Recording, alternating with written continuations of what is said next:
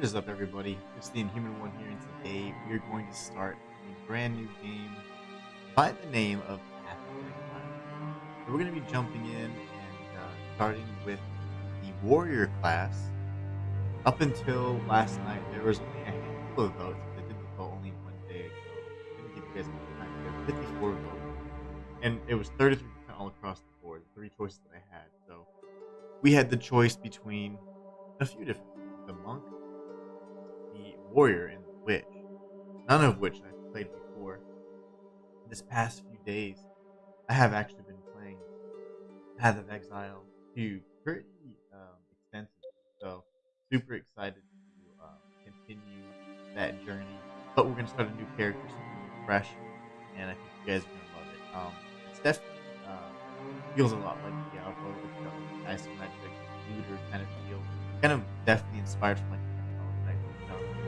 but there are abilities to like party up and do things like that, but mostly just playing solo and just kind of walking through the mechanics and doing all the things. So hopefully you guys are ready to enjoy a new adventure. Ellen Fawcett, how are you doing? She says hello and you're welcome. Hope you enjoy. I certainly did enjoy. Oh, actually, matter of fact, she's referring to her and her husband gift a PlayStation gift card. So I was able to just indulge, and it was really very, very tough. So we're going to be jumping in. The beginning cutscene is pretty cool. What happens is, oh, I'm breaking up. No, that's not good. I wonder why. I don't see any issues connectivity-wise. Let's double check here. No data.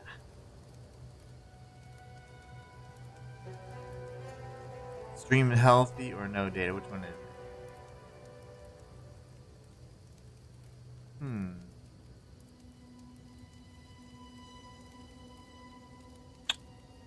Looks good.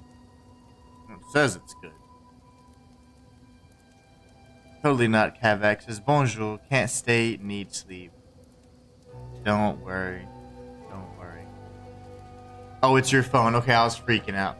I was like, I just figured out all these connectivity things and the network speed and all that. So I was like, I hope I'm good, but let's just assume I'm good. In terms, unless I am bad, then everybody let me know. But in terms of the cutscene, what happens is you see just a handful of different characters, like sorceress type Jake or whatever, and they're in the woods. They end up facing up to some creature, some hooded creature, very powerful. And then out of nowhere, a man with a rune sword impales the hooded creature to a tree, keeping him there forever, and taking a seed. And the seed is like a golden, almost like Hellraiser type artifact. And inside it's like a Lovecraftian tentacle creature coming out. And so that's what he's taken on to, that's kind of the beginning. So we're going to start off pretty hardcore. Our beginning really neat as well. So go ahead and get started. We are going with the warrior class. So let's go ahead and begin. I've played as the Witcher. I'm sorry, not the Witcher, the Witch Hunter, the Merc. And I became a Witch Hunter in that regard. I've absolutely loved it so far. I think I'm like at level 35 higher. Matter of fact, hold on. I'm at level 39 right now. This is my character. Really awesome. I'm in Act 3, which is the final act. Alright, so let's pick a character. We are going to go warrior. They are predefined kind of characters. You can't customize them anyway, but no big deal. Once you pick your character, the guy that's actually going to have you sentenced and hanged or whatever, he's actually going to give like some lore on each character. That's really Foundling! It's a pity to see you, Harry. Arrived on the shores a whipped and broken child. How people made you suffer. How were they repaid? Sedition and lies. because my audio's I don't understand. I don't understand why that is. I updated the audio settings. I'm not sure what's going on there. But the visuals and stuff are good, right? Hopefully. Crazy there. Alright, so we're gonna go with warrior. Ooh. We gotta think of a good name. Oh man. Warhammer, I should have it. But I wonder what's going on with the audio. That's no good. I haven't changed anything there. My mic is still hooked up. I had to switch up the add like an Ethernet switcher so I can have multiple devices hooked up to the LAN. But I don't know. I hope it still cut down. Audio looks good on my side. Not quite sure.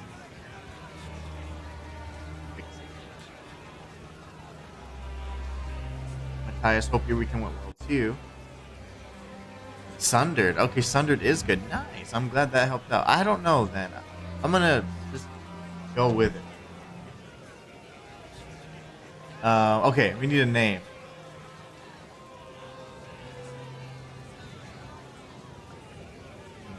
Probably fake.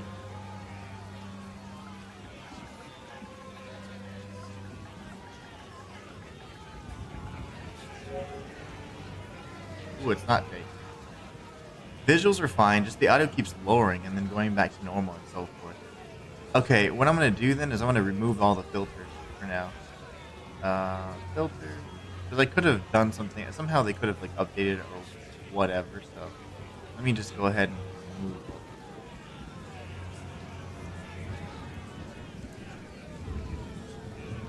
Okay. Closing that out now. Okay, how does that sound, guys? Is it like normal now? So I'm just speaking normally. Just want to make sure it sounds good. I guarantee that's taken already, isn't it? Okay, okay.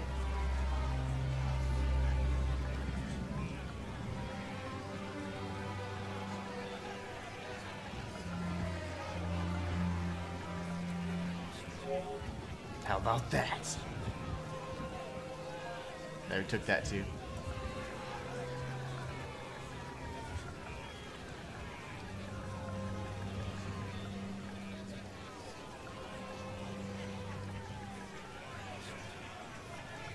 You have to make up like cool names, otherwise your character doesn't play as well. Dracon Oros. Okay, that's good, right? So we're about to be hanged, and our rope broke. So look at us go. Let's do this. Let me know if the audio sounds better. I removed all of the filters, so now I'll have to figure that out again. I'm not sure what's happening. I didn't touch anything from last time, and last time you guys said it was like awesome. I don't know what I did. I broke something. Alright, so awesome thing about this game is the versatility. You can just keep playing and doing different things, you know, different builds, different character types, all that stuff. Alright. I'm going to go over everything that I know as it kind of comes my way. But yeah, it's isometric, so you always kind of centered in the thing. Now you can always have a map, so on the top right you can have a map that kind of shows your location. We're gonna grab our first weapon. I'm glad to see another living soul. The miller went off to warn Clearfell about a strange sickness plaguing our men. I was fixing to go after him, till that bloody thing got to me first. Now, all those who drowned in the flooding, suddenly they ain't so dead no more. Uh-oh. I would appreciate it if you could... Oh no, the dead are walking. We got him though. Uh-oh. Not in time. Reach Clearfell. Find the miller. Okay, so we need to find Clearfell. Clearfell could be in danger. I'd best hurry. The objectives are always very clear, and you always have like a quest log on the far right of your screen, so it's really nice. I'm actually gonna move myself so you guys can see. Let's see here.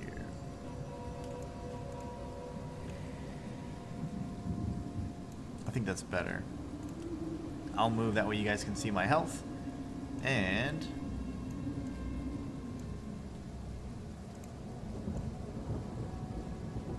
there you go. Perfect. Okay, so health is over my right shoulder. Hotbar to the left. So we pick up the wooden club. This is a one-handed mace. We're the warrior, so we can use one-handed or two-handed items. That's kind of like our specialty. So we're going to open up our menu, and we're going to go ahead and equip it. From this menu, you have a bunch of different options you can pick from. So you have cosmetics if you've had purchased any from the shop, which I have because y'all have been so generous. I had a bunch of points, but I mostly just got packs, and the packs were allowed me to get stash tabs and things like that. So I'll talk about stashing all your treasures here before long. But you do have a map.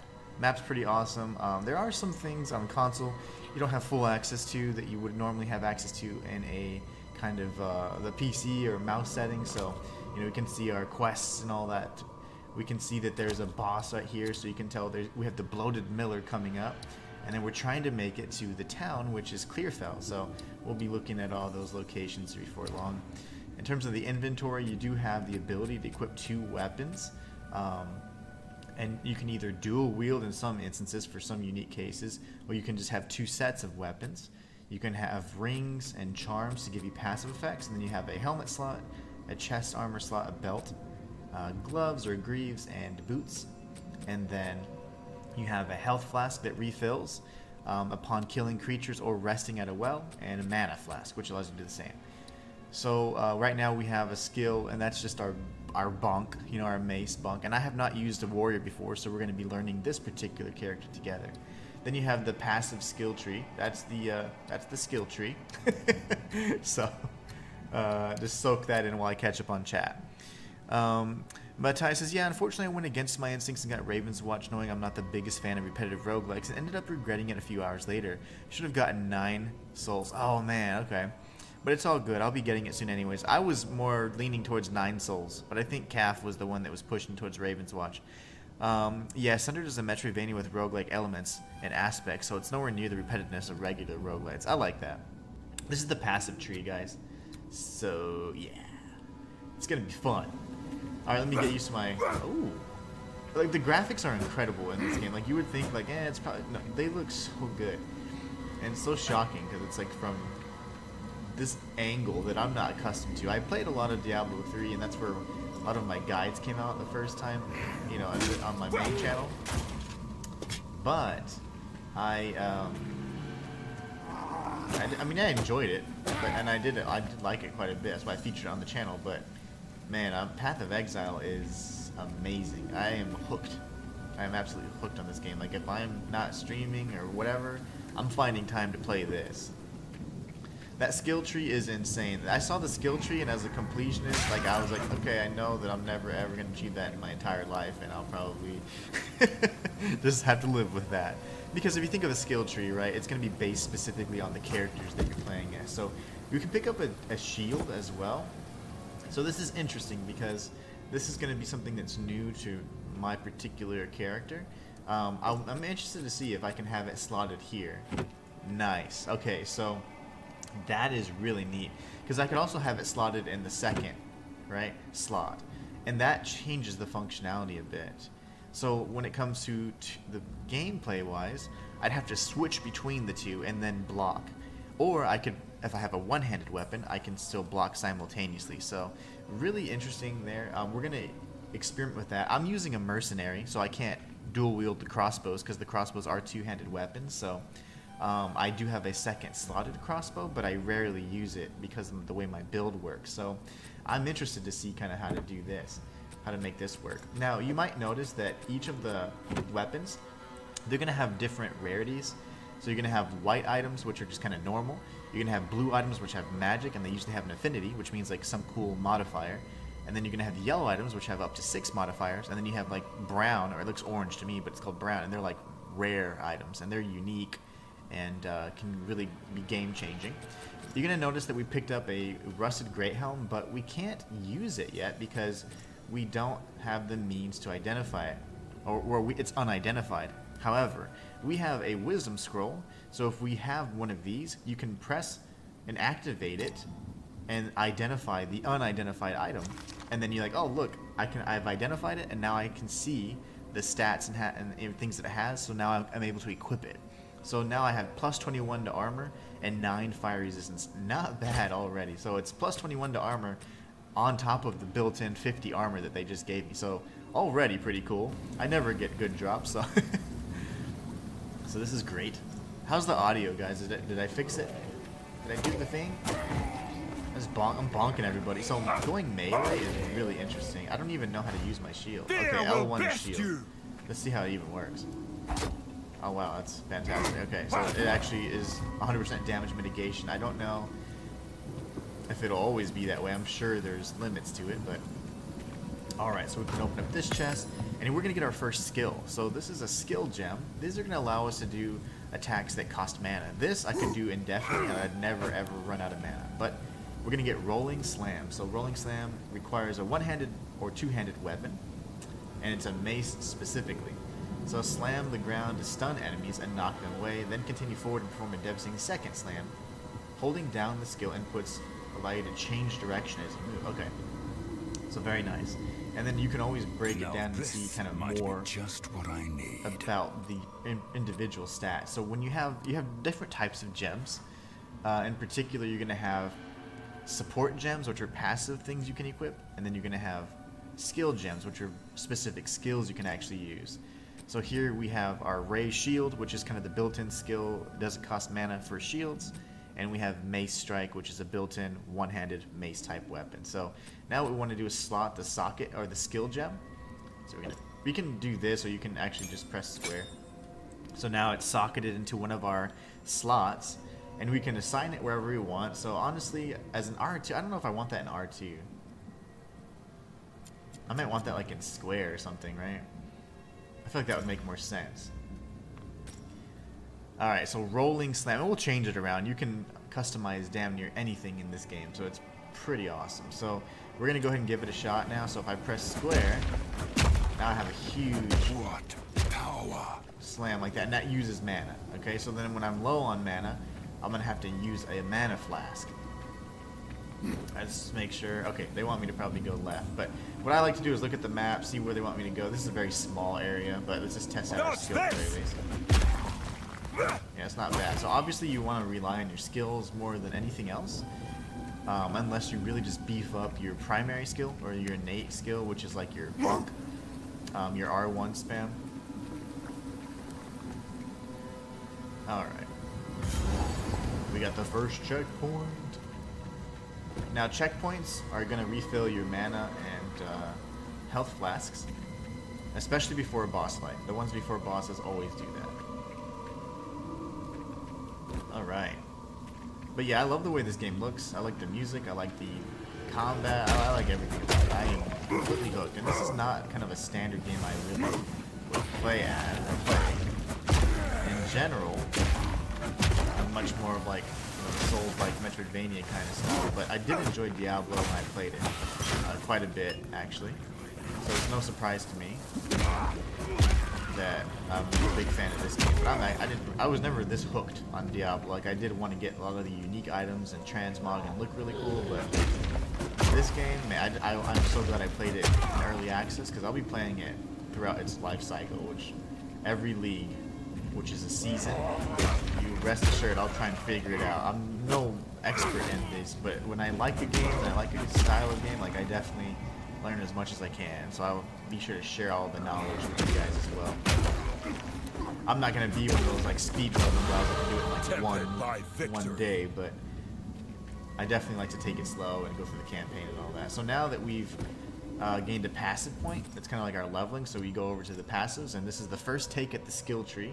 The mercenary goes straight down to projectile damage, but this guy here is going to be opened up to the melee damage tree, so you can have 20 plus armor or more melee damage. Obviously we're going to go more damage, because that's just, I just don't believe in anything else. So what you can do, actually, hold on, is remember, you can have up to 2 different skill trees. So like passives in particular aren't going to be something that you can customize across 2 different sets or loadouts, but as you get more skills to choose from, you can actually say, I want to apply a point for my first weapon loadout and then the second weapon loadout. So as you switch between the 2, you can actually take advantage of the differences there. So it's really neat.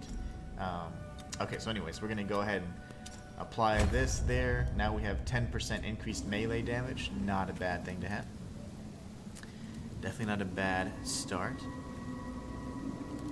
Alright. And let's see.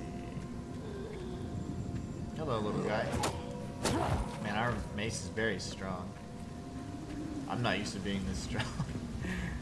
With you know, hitting an enemy with the R1, you know, your primary attack. That's kind of awesome. The crossbow, it took a little while for me to get used to everything, and then finally to become really efficient at it, and then change up my build. I am in the very final act already, and I've enjoyed it. The game teaches, I mean, it's hard. Like, some of the boss fights are very challenging, and you need to update your build if you know you're not just getting through it. So after I died in this one particular boss, I was like, okay, I couldn't get past it with my current setup, so I was like, alright, it's gonna encourage me to change what I'm doing here, and I did, and that taught me a lot of, from a mechanics perspective, how things were working. I was like, okay, I see why I wasn't as effective or efficient, so.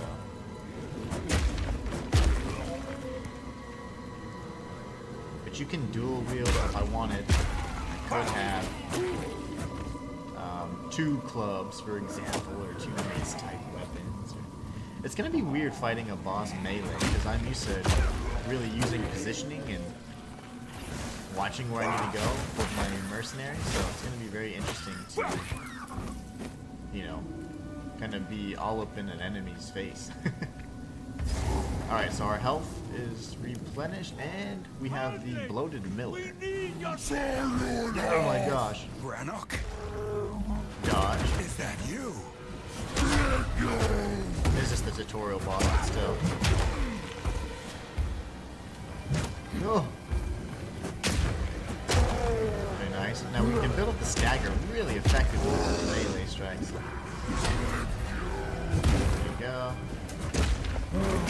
Not all bosses have mobs, but you kind of want to welcome them because the mobs do allow you to replenish mana flasks upon killing them. Nice. Mana and health flasks actually, so you get charges refilled just by eating these little scrub enemies. Hammer and anvil! And you can get one shot pretty easily in this game. So as a warrior, probably not, but as a mercenary, at one of the bosses that I was fighting, very awesome boss in this jungle area. Oh man, bad. I was getting one shot with this crazy overhand Sorry, strike. Brannock. It was me or you. Alright, so we got things that we'll probably never use on this particular character. Well done. Please come inside. Alright, and everything's voice acted, and pretty neat because you can see when it comes to like entering hubs and other areas and loading zones, like you can actually create instances. So if you want to, you can reset an instance even You're if you want to. alive. Where have you been, lad? I've been worried sick. I looked for you everywhere after those soldiers came for you, but when I found neither hide nor hair, I had to believe, well, it's a good thing you managed to escape the Count's justice. Let's just say that. It seems the first ones have graced us with fortune. Fortune. We could sorely use your strength in these dark times. Alright, so we have an uncut skill gem. We'll be using that There's a here beast shortly. of particular dark power stalking us out in the Felling. It moves unseen under the dirt and attacks without warning. We can't leave the walls to find food, and I've been unable to corner and slay the beast myself. Now, if you could channel your violence against this devourer, as Finn calls it, we'd be indebted to you. So the Devourer is pretty cool actually. It's going to be our Count first must big die boss for fight. what he There are has mini done to bosses all us. throughout the maps, and if you look at the map, you'll see a few different things. So we're going to go to our quests, and we're going to see that, okay, we already defeated the Bloated Miller. It's grayed out.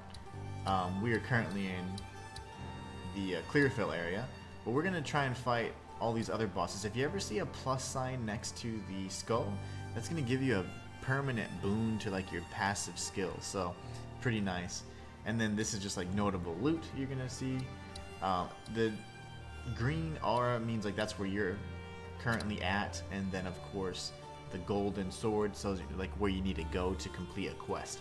So if you ever get confused, that you can just pull up the legend and it'll show you all that stuff too. So we're gonna look at some lore here. By decree of the Count of Ogum, able-bodied men capable of excavation must present themselves at the manor at once. Failure to do so will constitute a crime.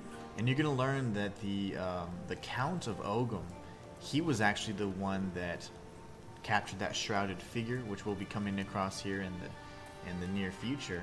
And he's now gone increasingly insane, like, and very harsh on his punishments and with the people. So a lot to kind of like be like, what's going on here? So Boy, it's you. You're Renly's this foundling. is Sven. He's a silly guy. Renly's son, aren't you? Foundling.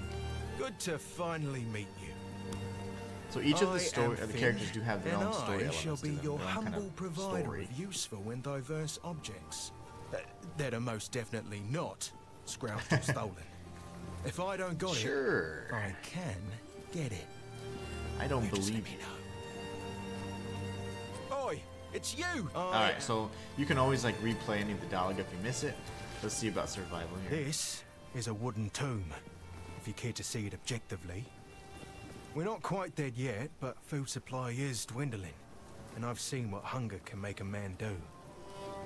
The monsters out there are not the ones that will get us in the end. So essentially they're running out of food, and it's because this creature that keeps burrowing underground is preventing them from exploring the woods and things like that. So we're going to actually check that out, but we're going to go to the wooded area first. And from the wooded area, we're going to explore all that.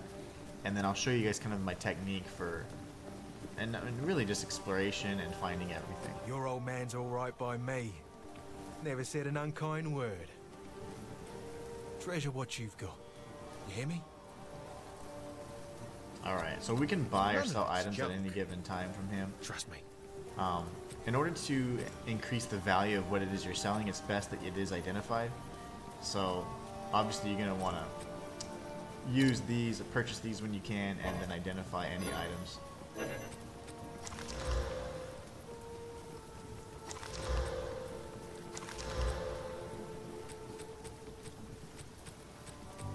And you always want to look to see what you have and compare it. Okay, so that's 72 over 3 seconds. This is already better, so we're going to equip that.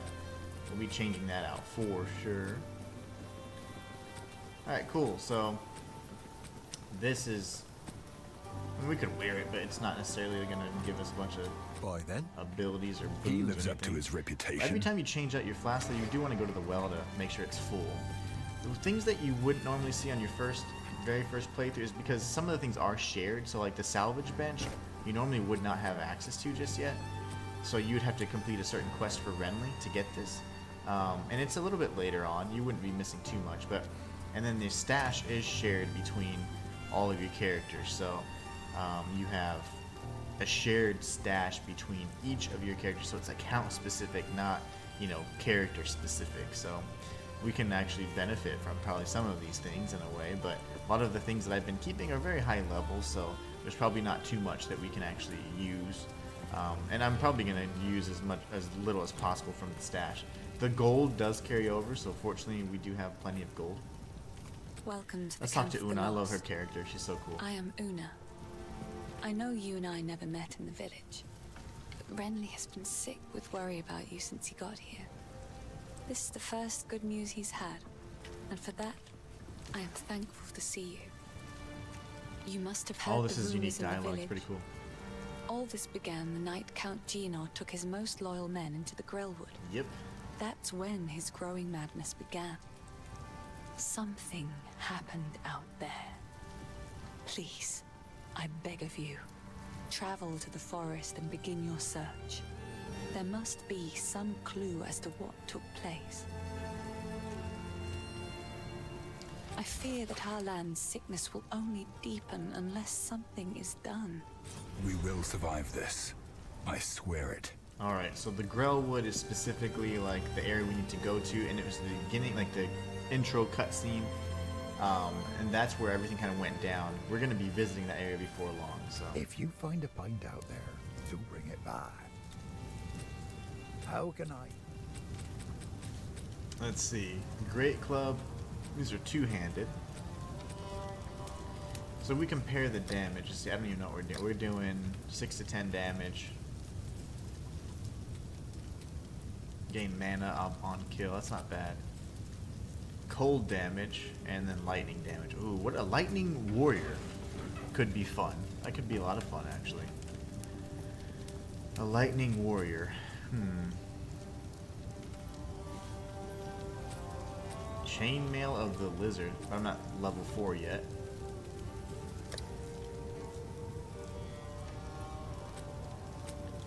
I'm gonna buy That'll this. keep you alive. I'm thinking, I mean, a lightning warrior, could that be a thing? I think that could. I use a lot of fire damage already, so I don't want to keep doing fire damage.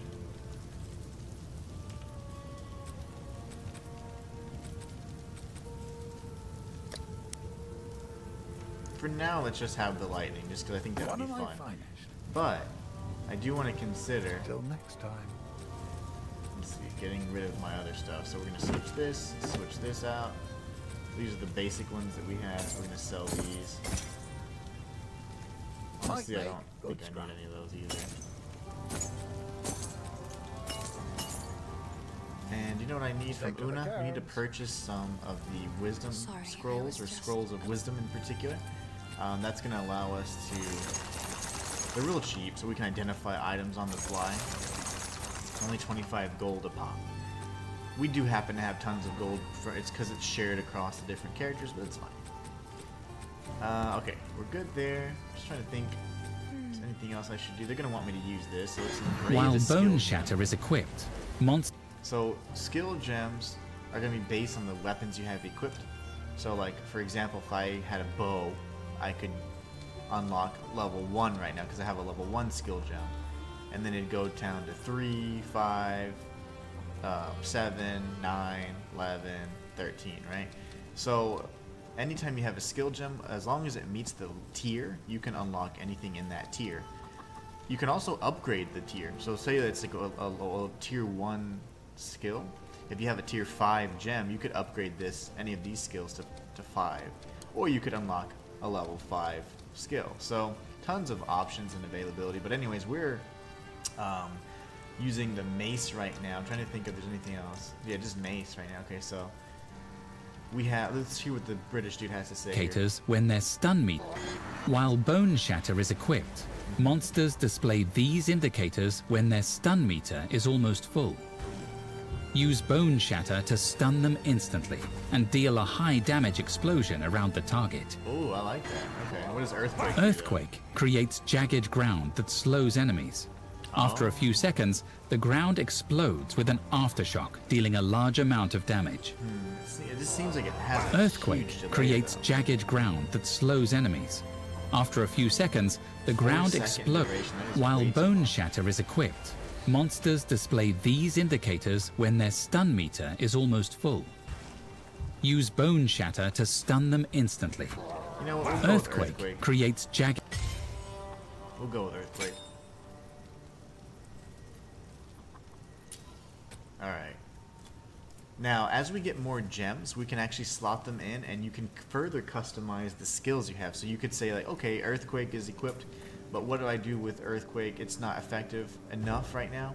You can say, you know what, now Earthquake causes fire damage because I have a fire gem, or the AoE effect has increased 40% or whatever. So you're going to have different support gems you can slot into your skills. Really cool. Oops, hold on, radio menu. Oh! I remember seeing imps. They didn't look so human. Okay. Radial menu. And then they want you to bind your mana flask, right? And portal. That's right. They want us to do portal. So town portal is really important. Say for at any point in time that I'm like, oh man, I'm over encumbered. All my slots are filled up right now, and I need to go back. I can't carry anything else, but these are great items. You can create a portal, and you can jump right back in, and you'll go straight to town. And when you're in town, the instance that you just left, which is this area here, is going to actually stay intact for anywhere from 8 to 15 minutes if you're the only player in it. If there's other players in it, it'll last indefinitely. But as you're back in town, you have that period of time to re-up on your flasks, go purchase some things, go to your stash, and then come back, and you'll be right where you left off, and all the enemies will have been defeated, and everybody's happy. So we're gonna go this way. Usually I go around the perimeter first, so this particular area is just the still the Clearfell, essentially. This is not the Clearfell hub, but this is certainly the Clearfell like area where there's enemies of that nature. So get wrecked. Let's try out our new ability once we can. So here we've got checkpoint already. When we have a nice little mob, we'll use our new ability here. Uncut skill gem, very nice. I have received reports of a number of villagers hiding at the Clearfell logging site. Travel there and convey my order to return. Anyone refusing my authority should be considered a traitor and a criminal. Deal with them as you see fit, but bring their bodies back to the manor. So immediately he's like, you know, everything's a crime, essentially. So you gotta be really careful. This guy's nuts. Alright, so we're gonna do a big earthquake right there. Very nice. Yeah, I like that. It's pretty cool. Similar to an ability I have with the mercenary, where I kind of circle enemies and have them kind of stay in a very specific location so I can deal some damage. Nice. Alright.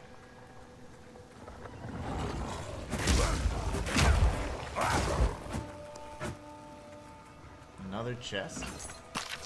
Just a scroll. Some of the chests and things like that are going to be empty, but you do want to interact with everything to ensure you might get everything you need. So we're coming up on a boss right now. Go ahead and take her out. A mini boss.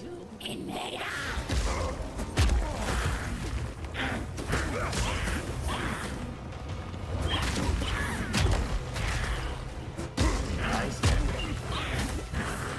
Jeez. Very nice.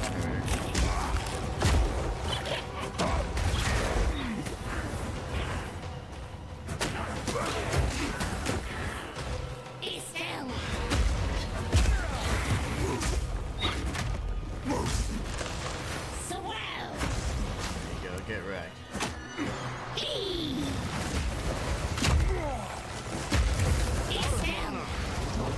No.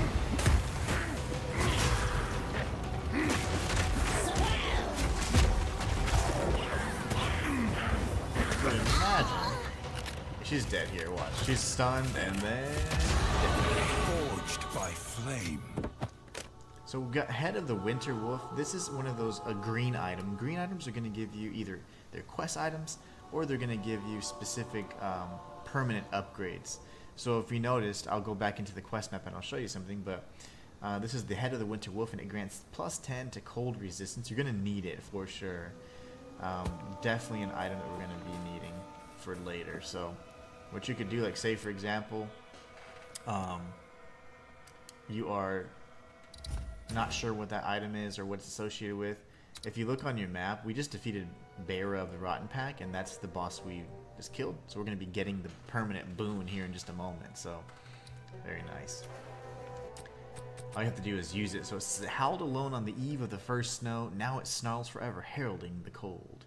So we can use it, and we're going to get not only the +10 resistance, but now we've completed that particular like little mini quest, if you will. So let's see, we can put on some boots. We definitely need something on our legs here. And we've got this mace. See, if we go this route, we're no longer using the sword. I mean, I'm sorry, the one-handed. We're going straight two-handed. Let's try it out and see how we like two-handed, because I don't really like using a shield in any game. So if we go the other route, let's see how it works. Yeah, let's check out the damage. So, okay, so anyways, as you're kind of mapping or clearing out an area, you just want to use... I usually go around the perimeter, so... Fear will best you. I like to search everything and get all the undiscovered places found. Alright. It's okay. It's pretty slow.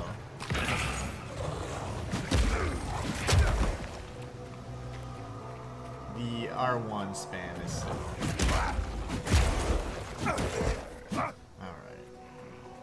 Hello, friends. Very nice.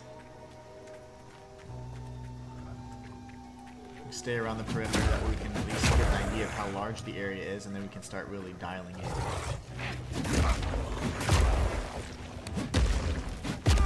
That's the Grellwood. The Grellwood would be the further progression that we need to go into.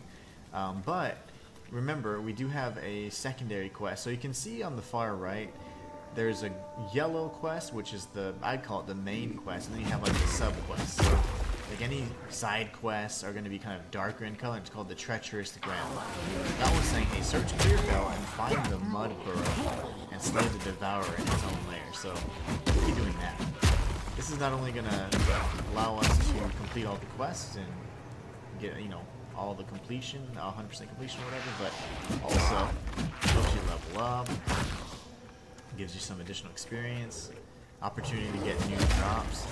So I don't like to just skip past everything. A lot of the experienced players just kind of only kill certain enemies and go to certain quests and whatever else, but I don't think I really enjoy that. I like to kind of take it slow and enjoy all the lore and the different areas. So, and I do pick everything up. I pick everything up because there's really no penalty to do so, and you can always sell. So there's the Mud Burrow.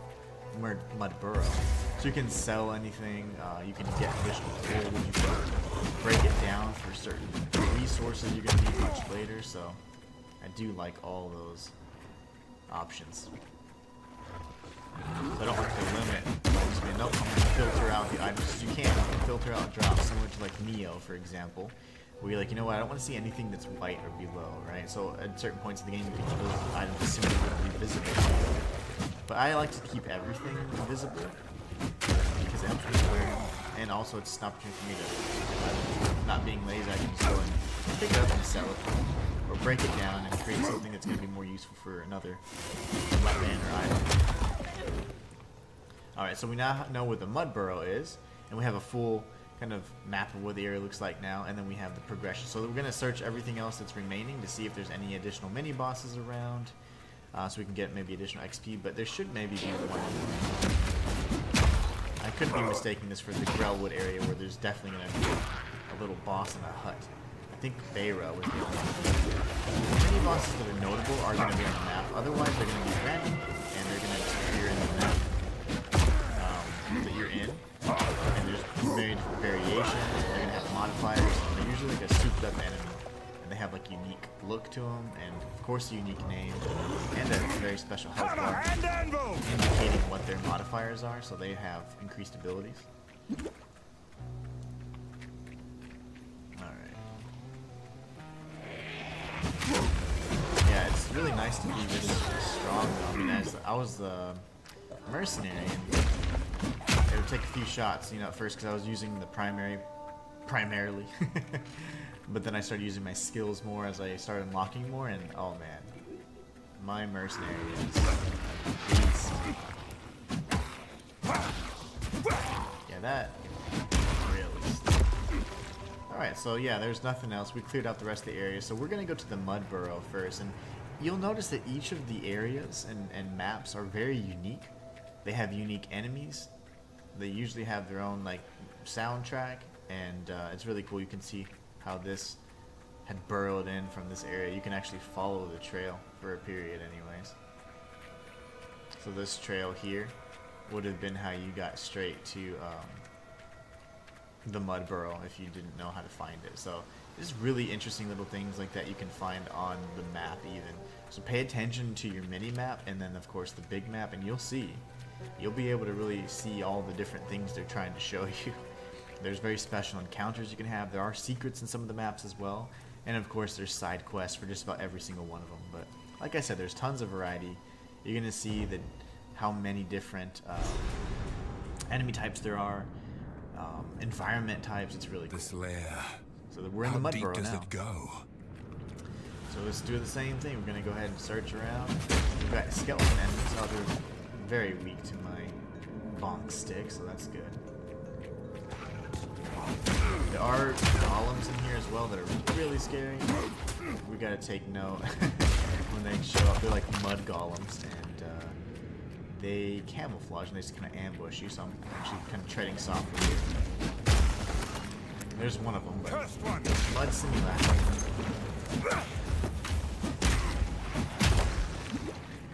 So if you notice, I only have 3 of the 6 health vials that I normally have. As soon as we start either getting full on items, or that I just don't have enough heals, we're going to actually go back to use a town portal and re-up on our flasks and free up some inventory space as well. So there's another a mud simulacrum. Yeah, they're scary. But we leveled up, so now our flasks are full again. So every time you level up, or if you touch a checkpoint near a boss, you're gonna get all your stuff back.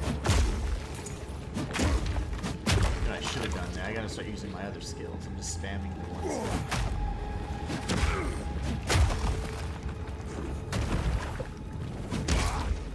Oh, yeah, these guys cannot take the melee damage. It's fantastic. I love that. The physical damage is very, very strong against them.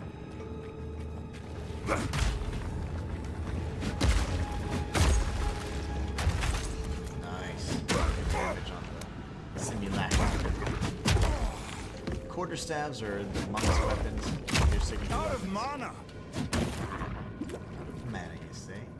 Alright, we're gonna keep kind of circling around the perimeter of the area, and we'll figure out where we end up at.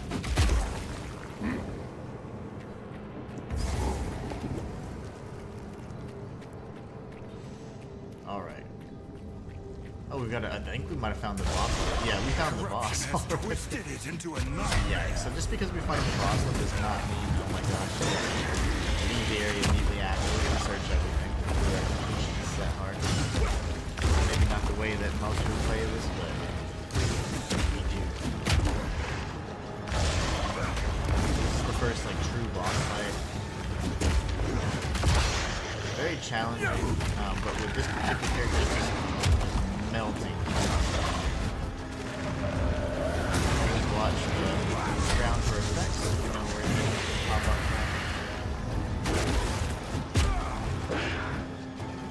This is actually the easiest I've tried this. I have experimented with a witch with one of my buddies. And it was good, but the mercenary is still my favorite. But wow, this guy is strong. He's making it really seem easy, where this fight was very challenging.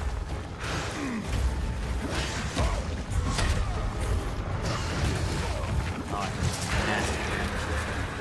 All out of health, dude, that's not good. Not good, not good. Hammer and anvil. Oh no. Might die from the poison damage alone.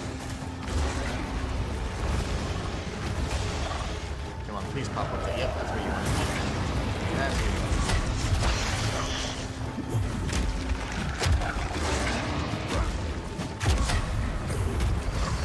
Oh my. Do that.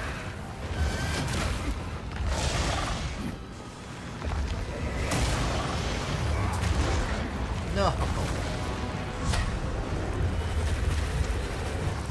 I got this. The tail. I need to heal. I'm dead. That's insane. We almost first tried it too. That was crazy, but I got a little loose with the heals. Where did it go? Oh, here we go. I don't remember entering from here, but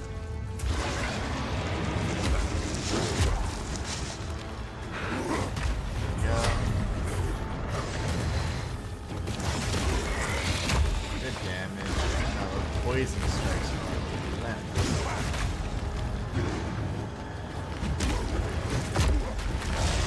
Nice. And each of the bosses do have multiple phases, so there's a phase 1, there's a phase 2, there's all that stuff.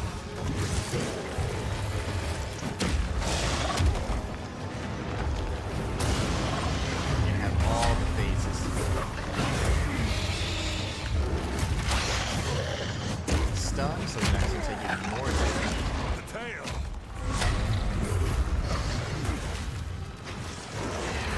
saying. Get out of here.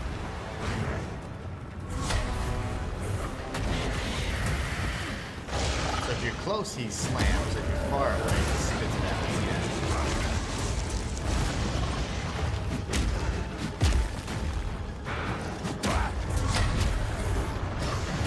Watch the slam.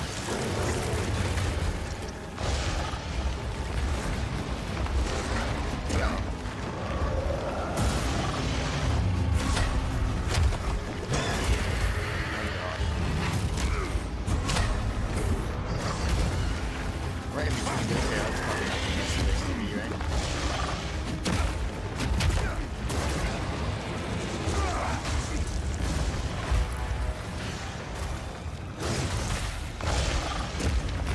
Missed.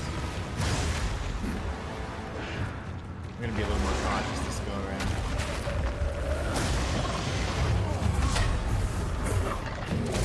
Oh, direct hit. Have a hand anvil! No! The tail.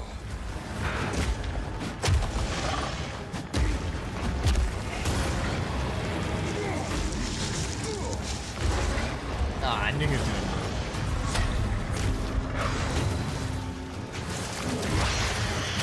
Alright, he's stunned again. Great.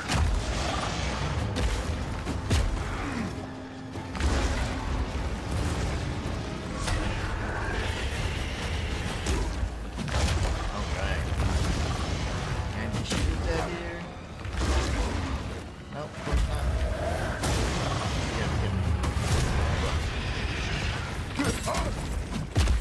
A horrific task. The funny thing is, if you But to die protect Clearfell, I'll during do a it fight again. at the same time or simultaneously, you will miss out on all the loot, and that's happened. to I've me nowhere to before. keep that. So hey, we're full, right? So what we're gonna do is we're gonna go to the encampment, which is kind of like the hub, and from here we'll be able to re-up on our flasks, and now we can kind of just identify a few items. So we'll identify everything that's unidentified, so we can sell it for more. But yeah, I am preferring the two-handed route right now, unless I can find like a cool sword or something, which, Yes? you know, I haven't really seen. So we're gonna I sell will all this treasure junk. it. That was a lightning mace again, interesting. But you know what we're gonna do? Stay safe, if you can. Talk to Renly. Finally!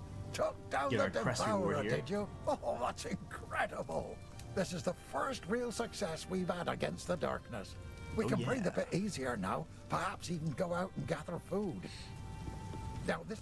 Oops. My bad, Renly. What you said. I know I'm not your father, lad, but I've tried hard to raise you the best I can. I don't know how the Karui might have taught you, but I imagine you'll be the man you are today. You've always had a strong will. That's what truly makes you an Ezomite, no matter where you were born. Alright, so what I want to do is see if I can purchase an... Ooh, look at this. This is fantastic, actually. But it's ice. Okay, of course it's ice. And you can get these, like, smithing hammers as weapons. They typically have, like, fire affinity. This is good, because I can slot two things in it, so... I'm actually going to buy this. One of my finest. And then... Stick to the carrots. How can I help? In the event that, say, that you had a weapon If you find a that pile, didn't have... do bring it back. It's not something you want, didn't have the stats you want, and you wanted to actually break it down, what you could do is you could go to the salvage bench and break it down. You're going to get Artificer's Shards. That allows you to put sockets into weapons. So I have 2 sockets in that two-handed mace right now, so I can slot 2 runes in there to enhance its ability. So pretty cool. Yes. Pretty cool stuff. Alright, so I need to buy bigger flasks from you, lady. Every time you level up, you're going to see that each of the merchants stock updates. So 72 life over 3 seconds, or 90 over 5. So this is probably the best one, so we're going to buy this, Keep it full. and we'll buy this, so then we can slot these out. Now you do want to actually go to the well and replenish them. Really? I don't want to. Sorry. I don't want to be friends with you. Okay. Beautiful. We're- I accept.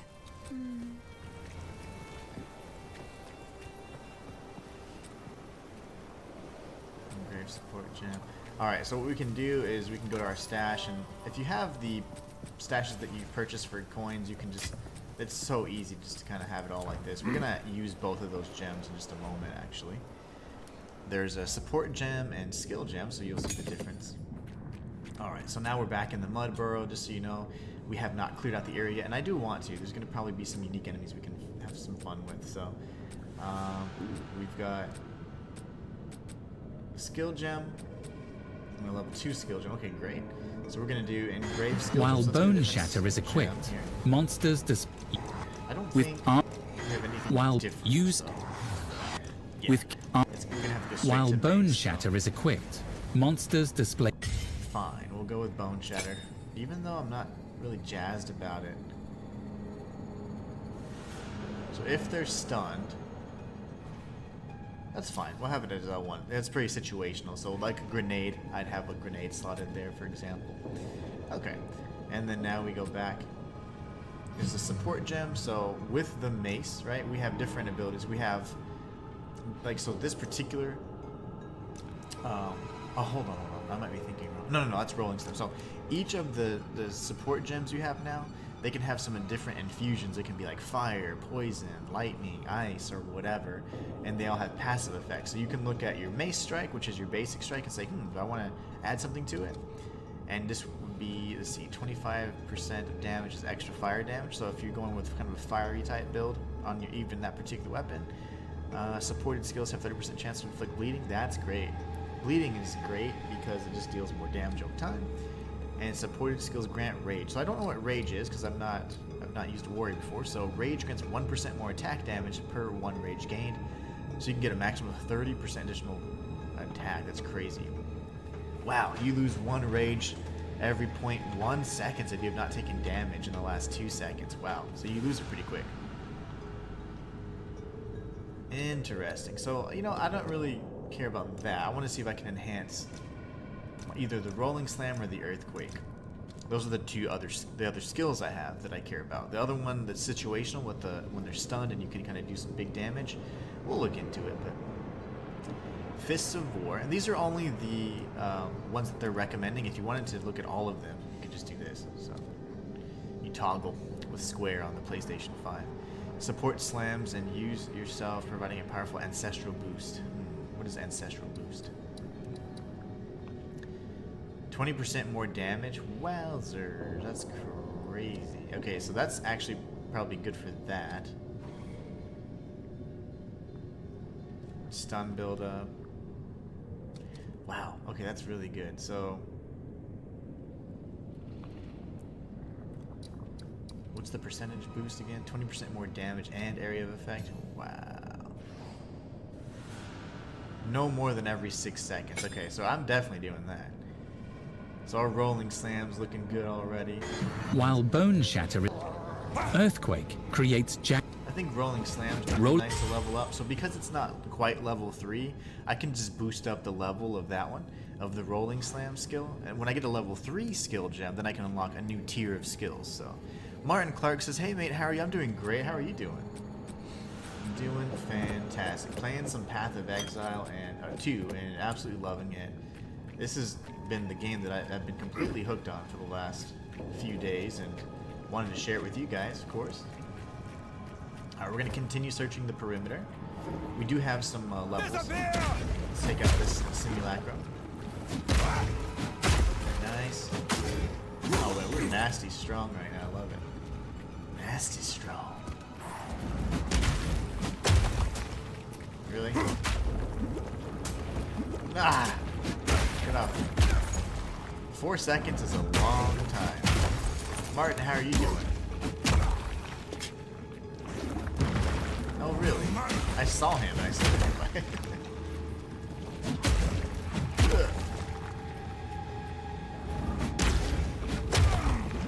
Alright, it's an empty burrow.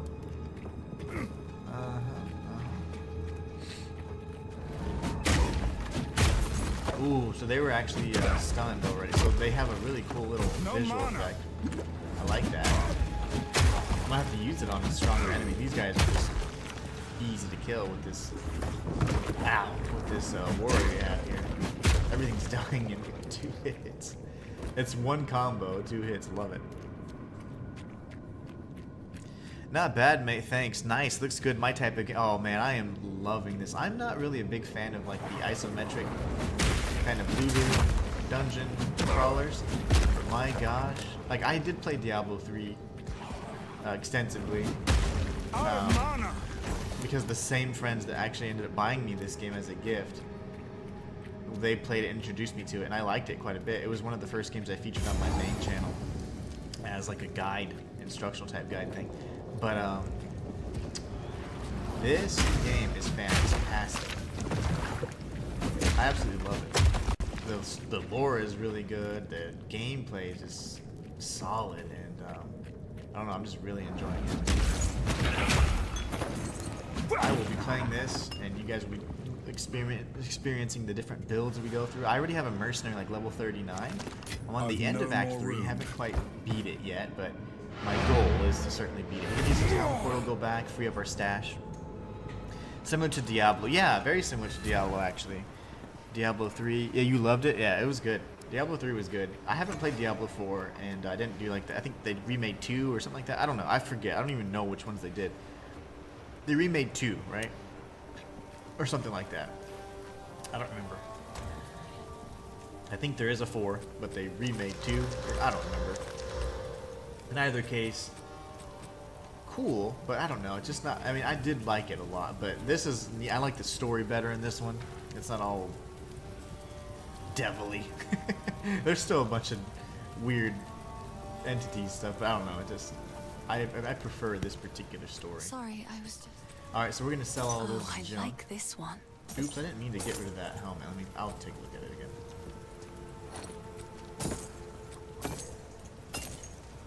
I have to equip something. I gotta have something on, right? Alright, so let's go to buyback real quick. I sold this helm. That's actually no better than what I have, so we'll go to our stash and put some of our currency up. We're just racking it up right now at this point.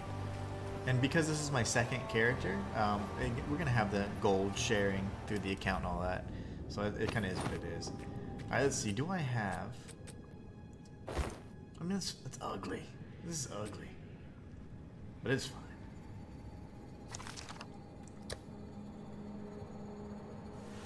Oh, that's way better than what I have on. Okay. It's just an ugly outfit. I like the, you know, the rags I had on, but it's fine. We do need a little defense. Right now, it's just whatever we have on will work. We'll go for fashion souls very soon.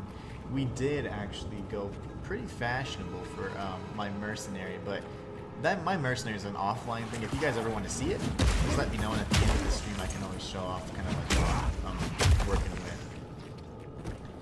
This is definitely a newer type of genre that, I mean, you know, it takes a little bit of adjustment for me because like even the whole seasonal thing, like, you know, you have to start over with new characters, and it's not like you lose your progress, but they get stashed into like a standard type league, and then you have to then, if you want to enjoy the new mechanics, start a new character. I just think that's really interesting. It's something that I'm gonna have to get used to because I get really, you know, attached to my characters. But I think it'll be fun to experiment with the different builds and different character types. Each of the 6 builds in early access do have 2 ascendancies, so that's, you know, 12 right there. There's going to be 12 total characters in the game when it comes out, full launch, full access. And at that point, there's still going to be 2 ascendancies each, so that's 24 character slots you have already. It's really cool. There's a shield, but we're not going with shield. We're going big bonk stick. Martin Clark says, congrats by the way on completing Perennial Order. I watched all your streams on that as I could watch your live ones at work. No worries. No worries. I'm glad you enjoyed it. I'm glad you enjoyed it. That was tough. Perennial Order had some of the most fun boss fights I've experienced in quite some time, actually. Can you imagine that was made by just a small group of people too? It's like, these people are talented. But yeah, I did enjoy Perennial Order, and I'm glad that I finished it, completed it, because that was something I'm setting out to do now. All the little series that I've started and not completed, I have a mission and a goal to complete them, because I just don't like having all those gaps in my content where it just like stops. Like, to me, it's not really fair to you guys, one, but also it just gnaws at my completionist little head. Yeah, that last boss was crazy. Shoot, that last boss pissed me off, man. I could not imagine. I was so shocked that it actually had every single boss encounter, and I was saying, I hope I don't have the corpse orchard. Of course it had the corpse orchard. So I was like, how are we gonna handle this, or how are we gonna combat this? Because if I move, I'll get hurt. Oh, so it was cool. I like this one. Always make sure that you identify an item before selling it, so you can double and sometimes even more than that, triple or even higher your skills. I mean your gold that you're gonna be getting from it. So Stay safe. never a bad thing. Now I do have 2 points we can use, so let's go ahead and upgrade some more. Let's see, I want more damage. I want all the damage. Oh yeah. You can increase attributes, or you can go straight for like your damage bonuses. So if you were to hold X, like depending on if it's a skill that's not truly passive, again, you can upgrade 2 separate lines of you know, passive abilities based on your weapon loadout, so it's kind of neat. 15 increased stun build up, that's really good. Or more. I'm gonna go for more damage. I'm gonna end up getting everything on this anyway, so everything on this little node here I'm gonna definitely unlock. Yeah, that last boss was great. Biting my nails watching you, dude. I thought in many of those instances that I was gonna have it. Like, I was like, okay, yeah, I got this. Oh, there's a phase 3, and then died instantly. It was nuts. But yeah, that was a nail biter. I was actually it was very challenging for me. Martin says, is this game online or can you play it solo? It's 100% online. However, you don't have to party up with anybody unless you want to, so you can play solo. On PC, you have a lot more, I'd say, versatility.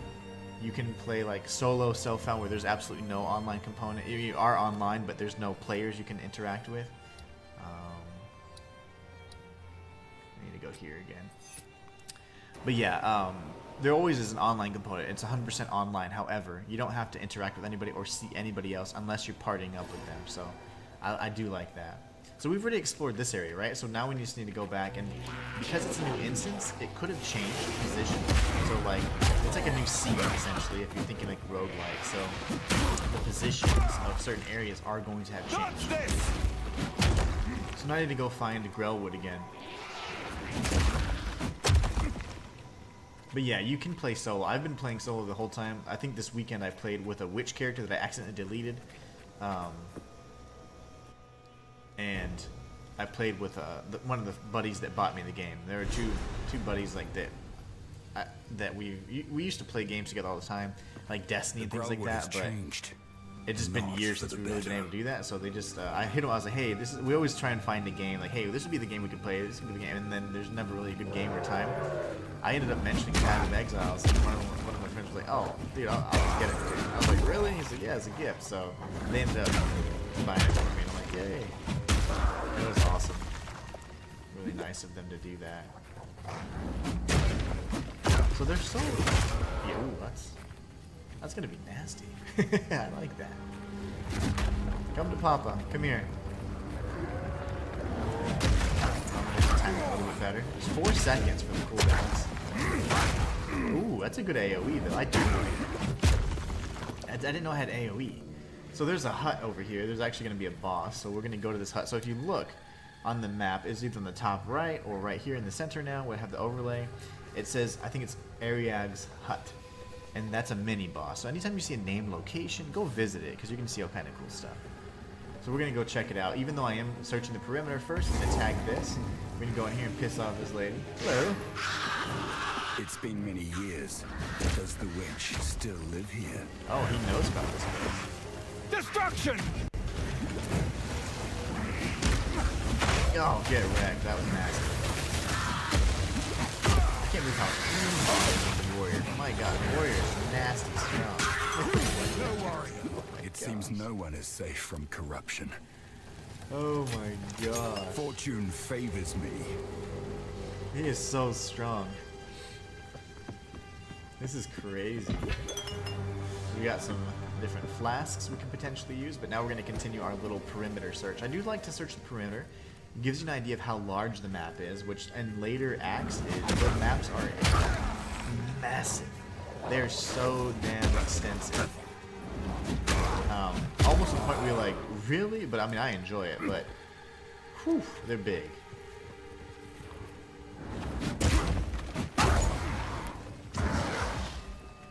So again, new area, you have different types of enemies, new threats, new ambience, new music. I love it. So it doesn't get samey at all. My strength grows. Oh yeah, it does. My strength is growing, baby. Get wrecked. Wow, that stun thing's gonna be awesome. Out of mana. Never. Okay. Alright, I thought there was another one running around down here. But yeah, you don't have to play with anybody. I prefer to play solo. It's all, in general. It's nice to have friends, but... Hold on one sec.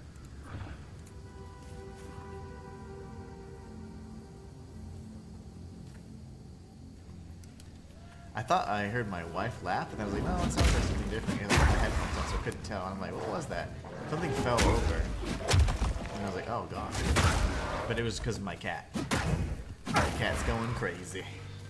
It's so nice to see that little visual effect for the stun increasing. So if we have increased stun, we'll be able to trigger that even more often.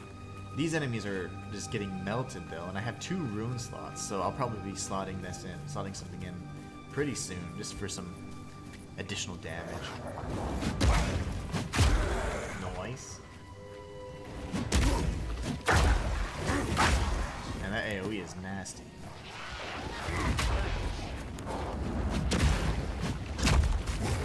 Yeah, right. You little man.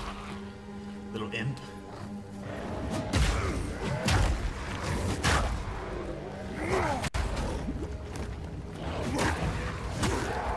Nice. Love that. Yeah, I didn't realize playing melee would be so fun. I was a little concerned about it actually, but I was gonna create a file regardless. Steel yourself. With one of these bros, I just didn't know if it was gonna be any fun or enjoyable. So the Red Veil is the area we want to go to next, but we need to find inside Grellwood. We do need to find the hooded one. There's a waypoint near the hooded one where he was pinned down. So we need to actually visit that area first, and that'll trigger some more of the kind of story elements of it. Some story progression for this act. And we'll understand why we're looking at areas. There's 2 different areas we can actually pick from. The Grellwood area. It's Red Veil, and I do believe there's like some other... I forget what it's called, because all the areas are kind of named uniquely. It's hard to keep track of. And there is a second area, and we'll obviously explore everything. We're not going to skip any. We're going to be playing through every single area. Beating every single boss and all the side quests. And I'm just going to tell you guys, I'm already familiar with all the way up to Act 3, so... Now, of course, the layout of each of the maps is different. They do obviously change every instance, but the general, I'd say the primary points of interest and all that don't change. Enemy types, so that's not going to do anything. Give me a staff of all the things. I do not want a staff. I want way more effective. I've no more room.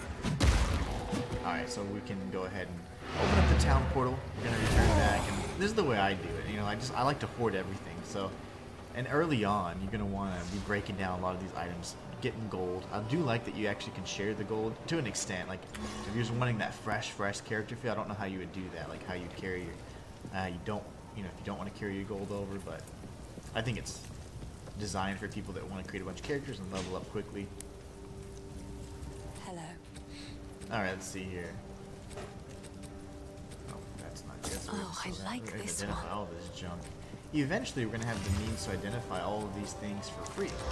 But we don't have the buddy that's going to help us with that just yet. I will That treasure looks it. more like a sorceress type garb, so we're not going to have that on. Let's see, 20% to accuracy and fire resist. What does this have? Nothing. I mean, something that has a little bit It's better beautiful. stats, right? This is a shield. We're not Except- going with shield necessarily, but if we find a really good one, I wouldn't be averse to that. Ooh, this might be fun. But it has no... Yeah, that's the problem. It doesn't have any slots. You can Another always from my create slots collection. though for it. Thank Okay. you. And this we could certainly sell. Or if you want, you can disenchant it, and then when you do that, you get a regal shard, which is Hello. more rare currency for later, so you can create an orb at some point. They can allow you to do more important things like potentially upgrading an item to like a certain magic state. Exalted orbs are really rare, so I'm glad we got one of those. That's awesome. Okay. Then we have a support gem we can use. Okay, cool. So let's do this real quick. Mace Strike. I probably need to upgrade that to something.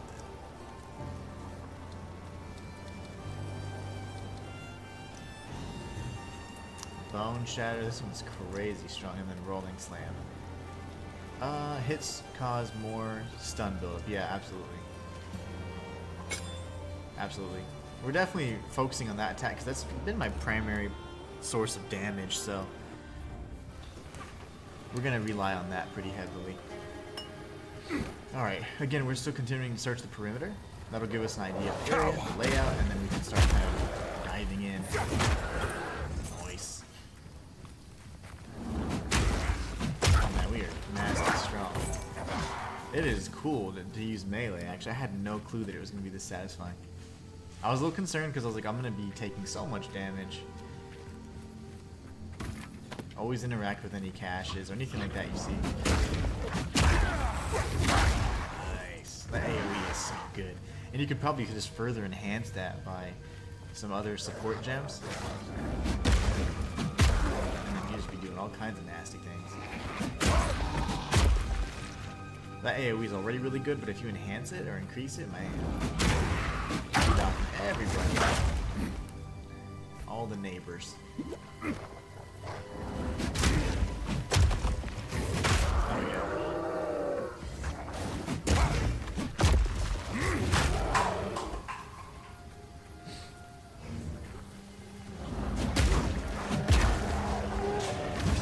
Nice. Again, 4 seconds is kind of a long time. I would like to reduce the skill duration of that.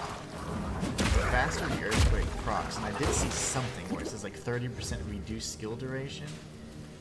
And normally, that would be frowned upon. You would not want to reduce the duration of any skill. But for something like the earthquake that takes 4 seconds to proc, that's the perfect example where that's the exception where you're like, no, I do need this to speed up. Because I can't wait for 4 seconds when I'm covered in peanut butter. By the examples.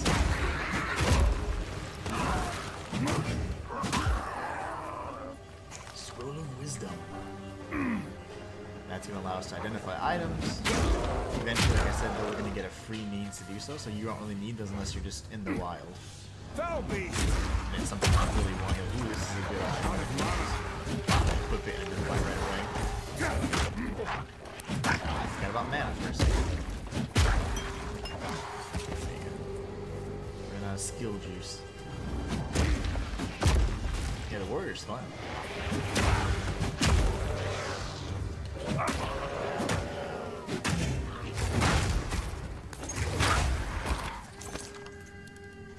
Looking forward to Kazan. I have it pre-ordered ready. Nice.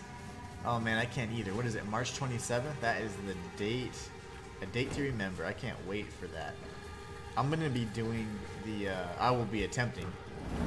I've already beaten some of the bosses. Fist only. So I'll be doing a fist only playthrough on that, and it's gonna be terrible. But things we do for world records. But no, I'm definitely gonna try. I don't think anybody is gonna have the nards to do it, man. It's just way too. It takes a long time and it's hard. But that's fine. I think it'll be fun because I already kind of experimented and I'm like, okay, it's definitely possible. It's just gonna be super challenging. It's gonna take a long time.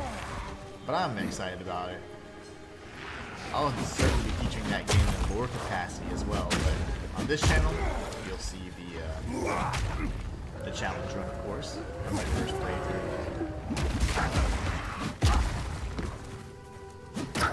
Yep, got the doggo. Just after your birthday. Nice.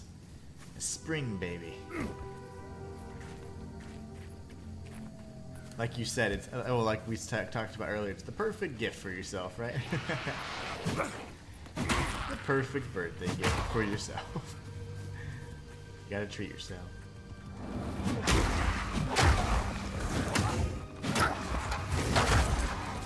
I love it. It was so nice. Okay, let's see here. Whoa!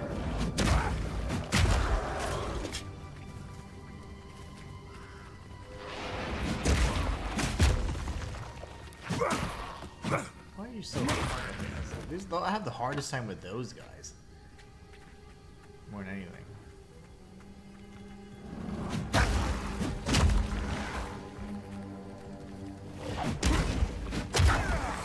Nice.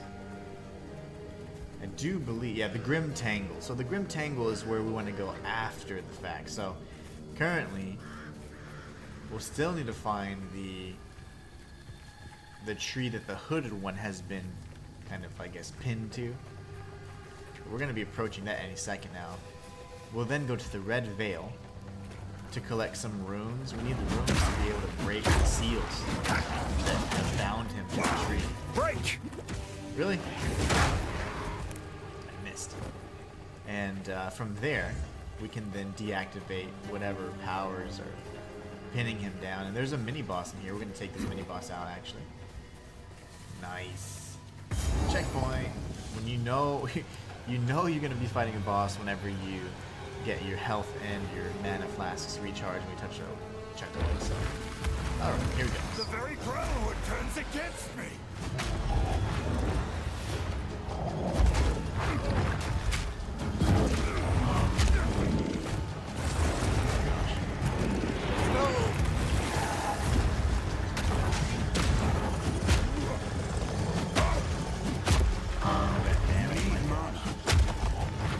Disgusting.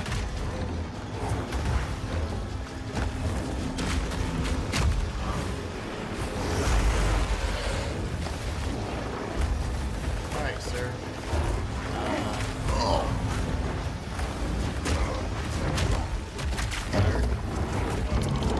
Don't take that out of your mouth. Put it right back in.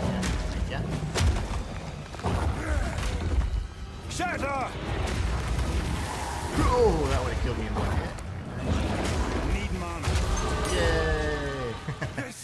This can't go on. Oh, but it will. Alright, we're gonna go back and just do our little thing. We're gonna go re-up and finish out the rest of this area. We'll find the tree where the hooded one is impaled to. Sorry, I was... We'll be in good shape. Identify. See, that looks cooler than what I have. Yeah, let's definitely equip that. Sell that. Oh, I like this one. She likes everything. She's just so, like, happy and easy to please.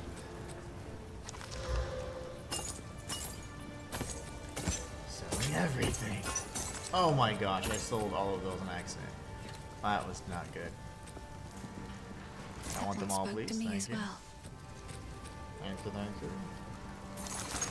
You can stack these up to, I think, 40, so early on you're going to be needing quite a few. 1 second.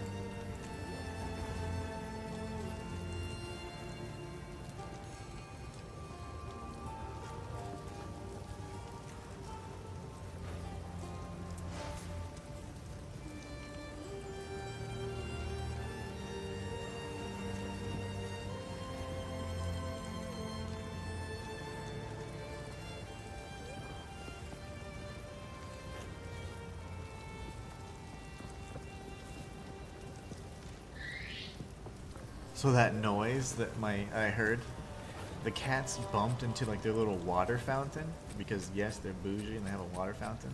And the funny thing is that I don't think I like that. 11 to max energy thing. I mean, it's decent, but the reason why it's scary because they bumped into the water fountain and the water got in the socket. I'm like, God, they're so dumb. Like, they do the dumbest stuff. I think they do it on purpose. And they only do these things when I'm streaming, which I think is really funny. Stay I'm like, safe. I know what you're doing. I know what you're doing. Okay, the Grell wood. We'll go back here in a minute. Let me see if there's any rooms I can use that I have plenty of. Lightning damage. Didn't we talk about that a little bit? Lightning, bro. Cold. Okay, this is a cold guy. We'll keep this for now. I mean, until we actually get some of our own. But yeah, those dummies. They always do the silliest stuff only when I'm streaming. Alright. Picked up the rest of those items. I was thinking about something. Well, let's just use this for now. While Earthquake creates While Bone Shatter is equipped, monsters display these indicators. Earthquake creates jagged ground that slows enemies. After a few seconds, while Bone... We're gonna re-up our Earthquake, but right now I'm just not feeling it as much. I want more damage. We're gonna go all damage, okay? Then we'll circle around to these parts, and then we'll end up getting the 10% increased stun and more damage, of course.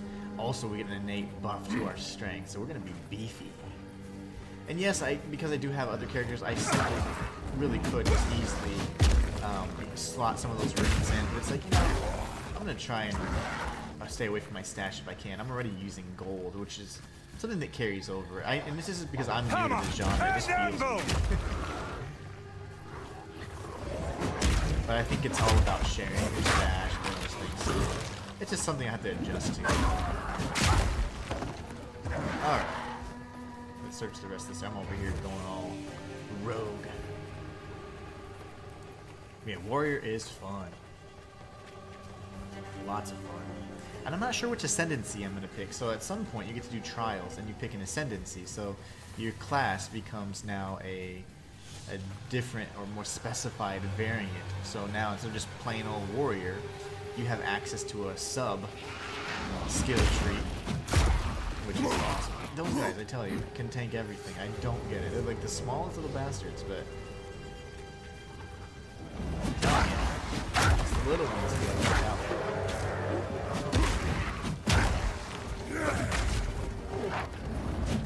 Are you all ready for Christmas? Yeah, for sure. You know what I'm excited about? I'm excited that once my daughter's on break, like essentially any break or vacation she has, like on school, that means I don't have to wake up and take her to school. So like that to me is like, oh, it's like a day off. I can like sleep in, you know? So I love that. I remember yes. this place. And of course, we're going to be doing something a little unique and fun. My wife wanted to try, always tag the waypoints. My wife wanted to try cooking duck. So we're going to cook a duck. And really excited about that because I love duck. I think it's delicious. So we're going to summon Una. And this is going to open up a portal. She's going to chat with us about what's going on. This shade, is it still alive? Perhaps it can give us the answers we seek. Only the Count's sword has the power to bind souls to the tree like this. We must free it somehow.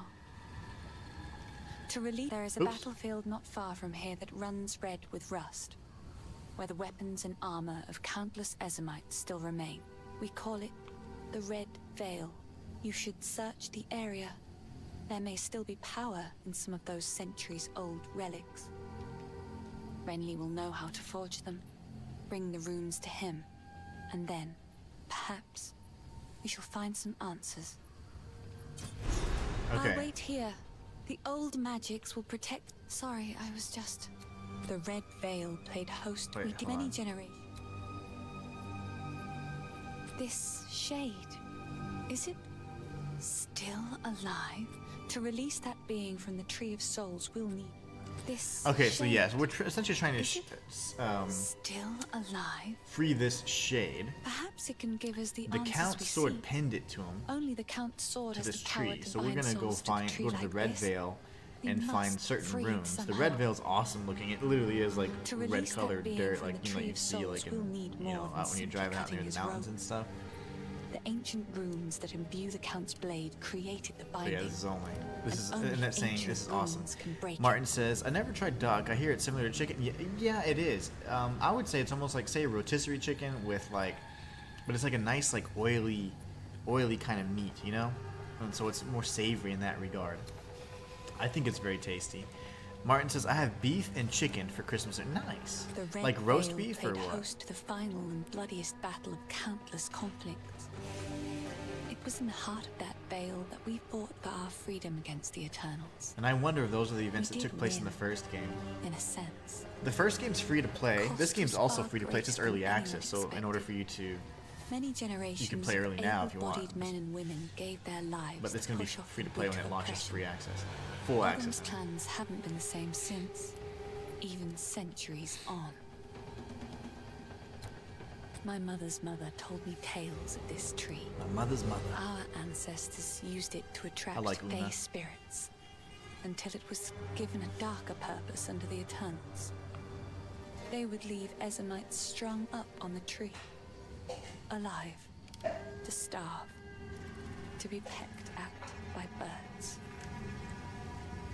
So this is the source of my shadowed dreams. Not the tree, but the shade upon it. And we actually As are going strange as it sounds, be interacting with the I hooded believe one here. we We're should trying to help save this him. Yes, creature. roast beef. Ooh, For the nice. Count to bind it Roast to the beast and tree, who hash. it must Grinch be style. involved in all of this somehow. There is something very wrong in Ogum, and it may know something of it. Yeah, the shade's going to be incredibly important for The later. great sword Agnar is currently The sword in is what Count pierced him Peel's and possession, stuck him to the tree. but the mighty rune blade was not always his to wield. It is an ancient weapon of the old magics, inspired by the great wolf himself. It looked Legend awesome in the says it cutscene. was I should have forged played the in cutscene Rune, for you the guys, original but clan leader, so he might lead his people to a new, safer land. it just starts so abruptly. This brought them to Farrell, where they founded Ogum. Ever since, Agnar was passed down to the leader of the strongest clan. When the position of Count was established in Ogum, the sword was bound to the roll. But now, Gianor sullies his Yeah, Gianor's remarkable lame. history He's with his super annoying. misdeeds. I hope I will live to see the day when someone worthy takes up the sword once more. He's the one that pinned the hooded one to the tree and then actually caused this, you know, like unleashed this creature. Let's just call it an otherworldly creature. It's like a tentacly, tendril, Lovecraftian looking thing. There is a battlefield not far from here that runs red with Renly will know how to forge it. Oh, okay. Did you? I thought she said. There's a Hold on, battlefield. wait. The old magics will protect. Okay, I thought she had some more dialogue, The but old magics will protect me. so we know where the Red Veil is. We've already mapped all this, so we're gonna go to the Grim Tangle. We're gonna go to the Red Veil. We have the waypoint for the tree already, so even if the instance changes, it doesn't matter because we'll be able to warp right back to right in front of the tree and complete the quest. The Grim Tangle will be something that this instance will probably close out and we'll have to refine, but nothing too crazy. Again, I like knowing the different options and areas we need to go to. And if you, for whatever reason, you're confused and you're not sure where to go next, you can go to your map, and if you inspect the area, you can see, okay, I have, where are the balls? Oh, it's not letting me do it right now. There you go, the Red Veil or the Grim Tangle, right? So you can see, oh, Red Veil is only level 5, but this is level 6, so you can decide if you want to take it on yet, depending on if you want to go for more XP gain or if you just want to be appropriately leveled for it. It's just all up to your play style, so really cool. So who did we take out? We took out Bramblegash just a few minutes ago. We're at the Tree of Souls. We defeated this witch chick, and the Rust King is who we'll be facing off with in the Red Veil. So yeah, looking good. Roast beast and who hash, man, that stuff's good. I feel like I would be happy with some roast. I'd probably not be averse These to were that. not my ancestors, but I still respect their valor. So again, new area, we have new enemies, brand new environment. I mean, everything just looks so unique every time. So I was concerned this would get really samey. But it's really not. All the enemies are vastly different. And I think that makes a big difference, honestly, in terms of my ability to continue playing it, because I get bored really fast. And the difficulty is perfect, because it is I know hard. where to keep that. The game is hard, so it's hard in the sense that if you're going solo and just fighting the bosses and figure them out for the first time. There was a few bosses that I died to a handful of times. I was like, okay, I need to change up my build a bit, and Hello. again, it made me learn more about the game. So I like it. That's a big old shield. Tower shield. Ooh. That's good. I We're will gonna treasure sell it. this junk. So, even though, I mean, I want a way better shield than that, but 13 intelligence. That's not bad. I could hold that for a character I create that uses the scepters. And then stash it. And stash it, we could break it down and create like an orb. Alright. We're returning. At some point, didn't he have anything to say? No. Red Veil it is. I'm guessing there's going to be endgame content too. Oh, there's like 7 things of endgame content. There's like breaches, there's... I don't understand all these yet because I haven't gotten there yet. But there's like breaches, there's... I don't know. There's all these words that I don't necessarily... Let me tell you some words. There's a lot of words, and there's like different types of modes and stuff that I don't know yet because I haven't gotten to the endgame. But there's like 7 in particular. So there's all kinds of stuff. And then of course you can replay the axe on the cruel difficulty. And on cruel difficulty, that's I'm assuming kind of like torment, you know, the different torments or whatever, and in Diablo. And you have increased difficulty, of course, but you also get better rewards, and you can also ascend and get more ascendancy points. So you can get a total of 8 ascendancy points total in early access. 4 in standard mode, and then another 4 from beating it in cruel difficulty. So yeah, there's tons of endgame content. And this is just early access, so as soon as full access launches, these characters, or these leagues, I mean the characters from this league, or early access league, are going to be placed in a very own special, like early access, like eternal league kind of thing. And that way you don't ever lose, you know, all this. But anytime another season passes, they just get moved to standard, and then you're able to create new characters for the tournament. But yeah, the early access league is going to be kind of unique in that regard, and they're going to change it up. I think there's going to end up being 6 acts total. Right now you can go through 3 acts of the story. I don't know if that's everything or if that's still lacking. You know, I'm at the end of that. Oh, I'm sorry. I'm in the beginning of Act 3 here. Probably the middle, actually. I've been there for quite some time. But I've been taking my time figuring out all the side quests and all these additional secret areas you can get, like these buffs and all that. Break! But yeah, there's all kinds of endgame content. Need mana! Martin says, can you play a mage? So there's 2 types of, I'd say, mage class characters. There's a witch that has this kind of more like, I'd call it a necromancer. You can use minions and things like that. And then there's a sorcerer, which uses elemental abilities like fire, ice, and My whatever. satchel is full. Other than that, though, you have the monk, and he uses like melee, and like you have to level up like intelligence and dexterity, for example. And then you have the warrior, which is like seems to be purely strength, maybe some dex. And then you have the ranger, which is a female like bow chick. And then you have the mercenary, which is my favorite so far, and the one I am playing with off stream. And he's like a crossbow kind of guy, but you can use out like, you know, like for example, I like shoot out gas grenades, I shoot out this oil grenade, and then I use an explosive, and I burn the entire like map. So, it's amazing. So it's like really cool. You can do stuff like that. Sorry, I was... We're Another gonna for my sell collection. that. Thank you. Okay, so let's compare and contrast. The Great Club's still actually pretty good. This does have way better like stun build-up and stuff though. Damn. And you get life every time you're killing an enemy, so I kind of like that too. And increased stun duration though. Ooh. I just think the hammer looks ugly. The hammer just looks so ugly to me. Another for my collection. Thank you. Oh damn it! I shouldn't have done that. That's fine. Let's think. I haven't even slotted any runes. I mean, we're gonna be getting some runes, but that's not bad. I mean, the stun buildup. Honestly, I would probably use it if I didn't find that little. Stay safe if you can. Oi! If I hadn't found that Great Club, I probably would have used that. But tis what it is.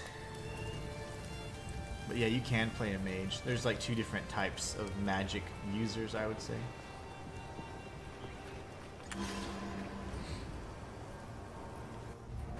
So 6 character classes in early access, each with 2 ascendancies, so there's a lot of variation there. So that would give you 12 different play styles if you wanted, and then you have another 6 characters coming in full access, and you have 24 character save files, so you can have up to 24 characters. And of course, if you want to, you can always purchase for like very small amounts additional character slots.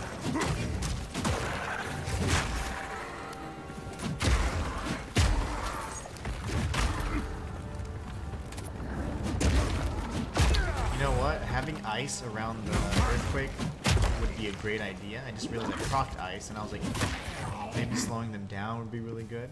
And that way, the 4 seconds isn't nearly as difficult to stomach. That was a long time to wait.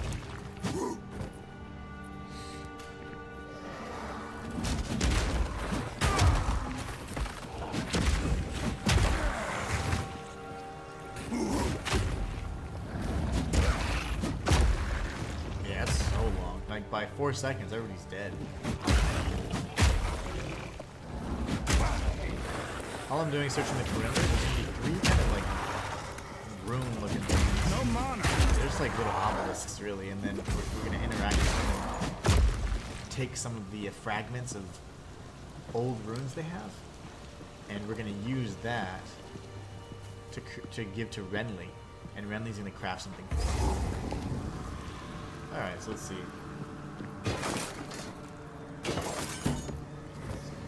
Obelisk of Rust.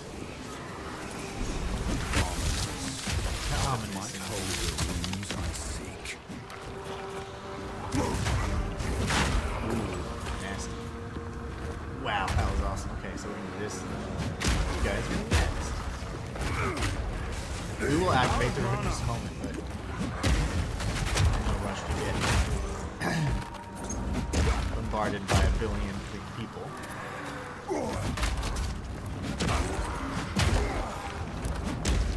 Out of mana. Still more? Go away. Okay, let's check what's in here. Oh, lovely. A trap. My satchel is full. Of course it is. Satchel's full every 5 seconds. Now around our health bar, you might see a blue kind of another blue bar kind of surrounding it. That's our shield. And not a you can build up shield based on like weapons that and armor that may have it, but otherwise Hello. you can also spec into it. 39. I will treasure it. You know, I want to kind of fit the look, so I'm not gonna be using any of these. I already tagged it well, so. Like, I want to have, like, and my other fathers, like, great helms and elite helms, and they look very, like, Dark Souls and, like, Ominous. But it might hold the runes I seek. do it. Dodge this. It's very Matrix dodge this.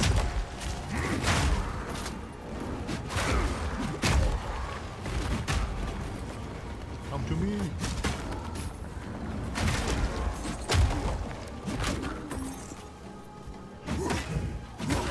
God, it's way too easy with this thing. But they still defend their land, Warrior even is after all so this strong. time. So we picked up a quest item here, the Runed Girdle. That's one of 3 items we need to obtain.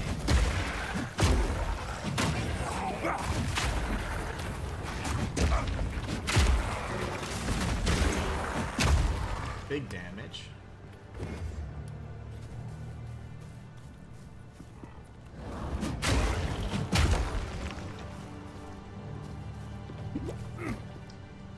So that's 1 of 3. We've got 2 to go. One's gonna be guarded by a boss. This boss was awesome.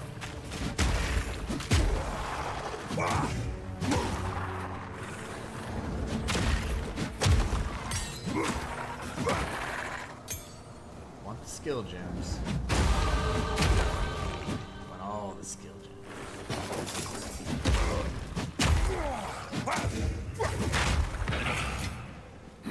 Okay, so Orb of Transmutation means that it's going to, well, I'll show you.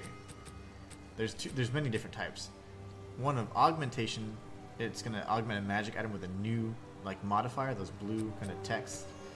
But an Orb of Transmutation makes a normal item, which would be a white item, turn into a blue item, which is a magic item, so pretty interesting. So this one, for example, is already blue, but if you had a white item, you could use it to transmute one of these. Alright, we got the skill gem 2. Earthquake creates jagged. Really the next best thing, so we've upgraded that to 2. Earthquake is now level 2.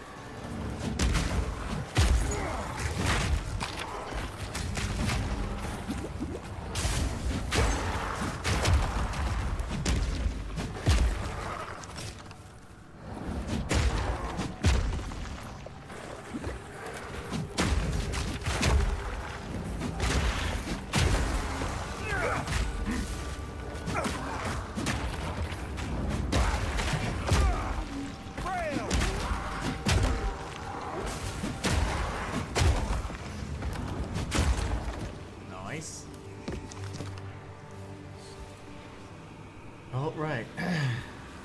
Rune number 2.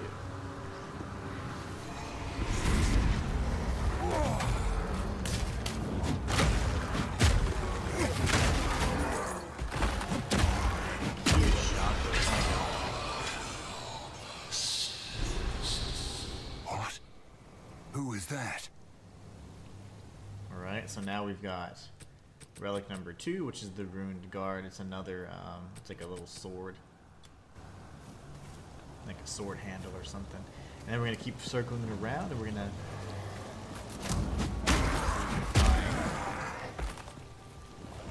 next room, obelisk area.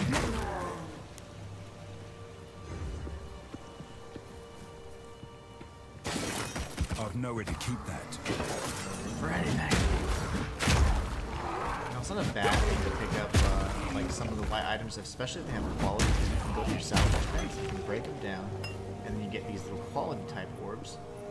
So I always look for those as well. And if you do have them, it's definitely advised to go ahead and pick them up, salvage them, and then create orbs that can increase the quality of your items. I do believe the item quality decreases like 20%, so it's really big upgrades. Sorry. And I'm just identifying everything right now to make sure I get the most bang for my I will buck. treasure it. Can't wait to change our stuff though. Oh gosh. No, I can't sell that. Why would I sell that? Are you Stay crazy? safe if you can. Alright, here we go. Currency. We're good. But yeah, that particular crossbow didn't have anything. It's just a white item, so a white rarity. Ominous. But it might hold the runes I seek. Yeah, indeed. Indeed.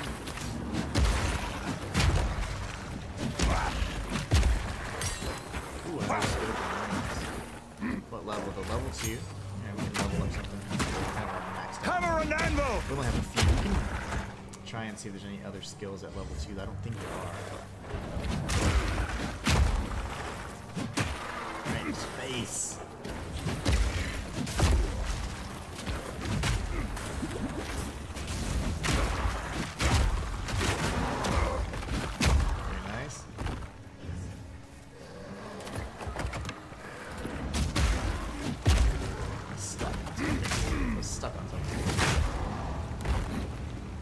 shockwave is beautiful.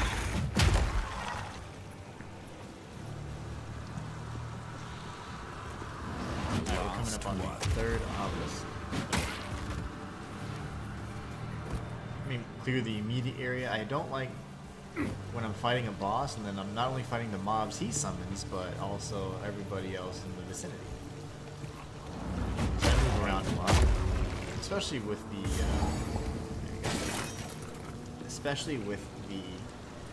Merc. You're gonna be moving around a lot. So this one looks pretty beefy, as you can tell. It's different. Rust King, where are you? Oh. He's strong though. Whoa! Okay. Hit hard. He's stunned already. I mean, the warrior is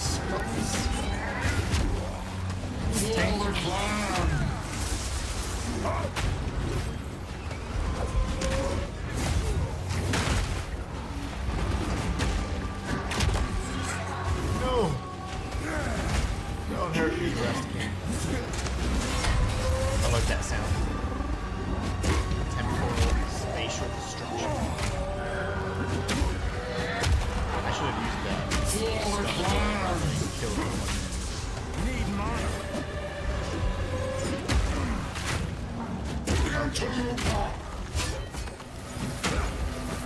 Nope. He's dead. Nice. Another boss. Go with honor. There is nothing left to defend. Not anymore. There's nothing left to defend.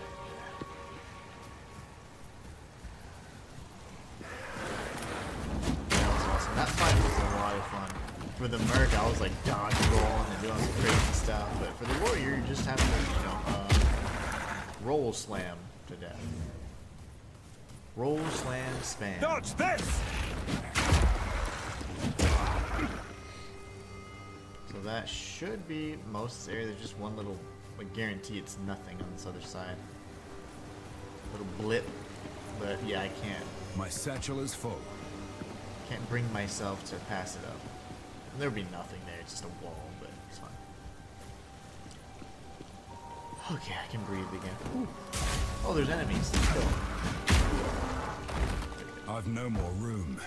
So now we've searched everything. Now it wants us to go back to the Clearfell area. Let's go back to the encampment, and we're going to speak with Renly. Renly should be able to piece together these three items and use the old, magic from the Eternals from them. So these three items here, the skull cap, the girdle, and the guard. So Here are your spikes, but be cautious. They stayed warm after forging, no matter how many times I quenched them. I would ask what you need these for, but I'm putting my trust in you. yeah, just take my word for it. We're gonna take the spikes, and then we're gonna sell some stuff here. So It's fine work, Father. I still have much to learn.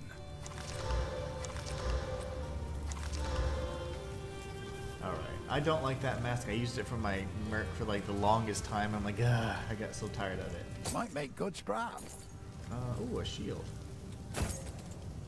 Again, not too concerned about the shields. Probably not going to be running shield. We might have a shield in the back, and if we switch, then we might be able to then at least guard up if we need to, but it's just not really my style. I could certainly try it though, but let's see. This is a life flask though. Nope, don't like that. I'll find some use for that. Stick to the cards. We're going to break this down and salvage it because it gives us an Artificer's Shard. That'll allow us to place a socket at some point. Once we get 10, you can create an orb. So we're going to go here. We're going to stash this in currency for now. And all this good stuff. Okay, cool. We'll use these, so. Skill gem-wise.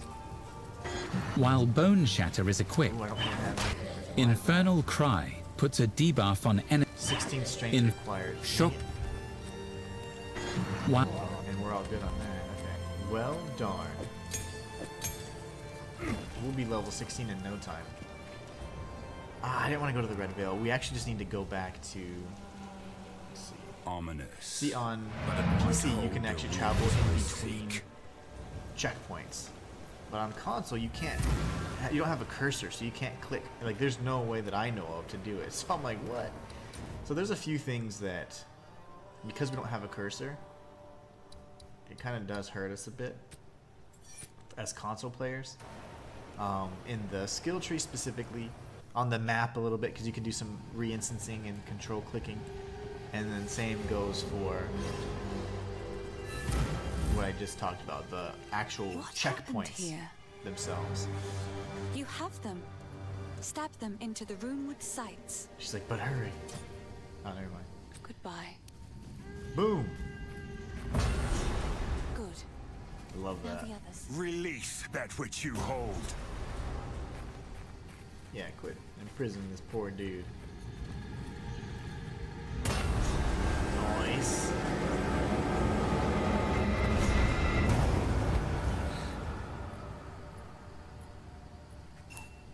He's unconscious, but he's breathing. Though, this wound. We should take him back to Clearfell.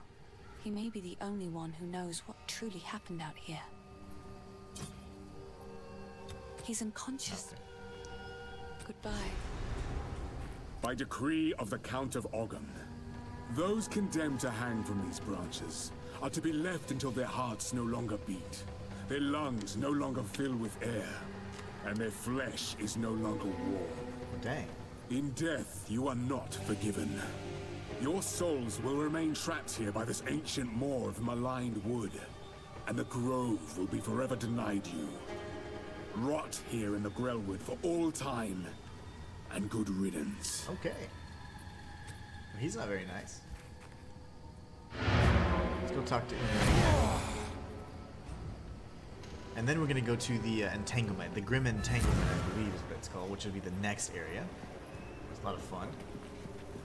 Una. Una's over here taking care of the hooded one. The wound. It should be fatal, but somehow he clings to life. I fear it will not be long until his song ends.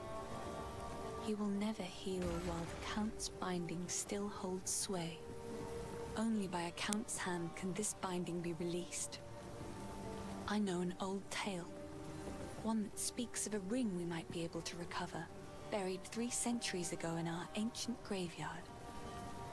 A Count's signet ring, bearing his rune of authority, but how to reach it in time? The Grim Tangle.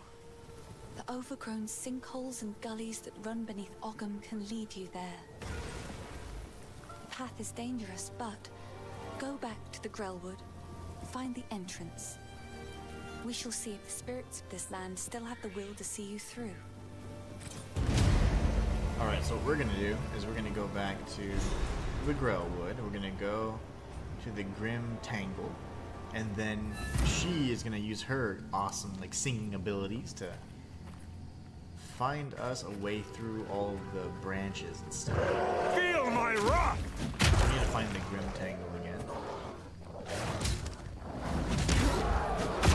And that's kind of like a shortcut to the next area we're trying to head to, which is an ancient cemetery. And we're going to try and like pretty much do some tomb raiding so we can figure out, we can find a ring that can dispel this curse or this runic binding that the hooded dude is like suffering from. Then, once he's free from that, we'll be able to heal. But for now, we can't heal him.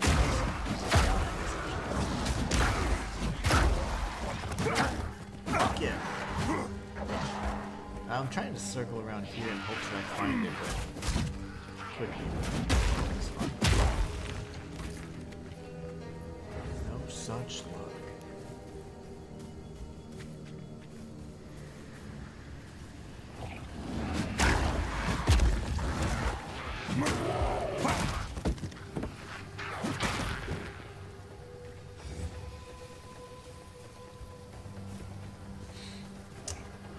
Ho! beast. Find it. Yeah, it's like in the same spot. Even the entrance to the Red Veil and across it might be in a different place altogether, so. Oh, I should have not really shocked out all my friends. 1 second.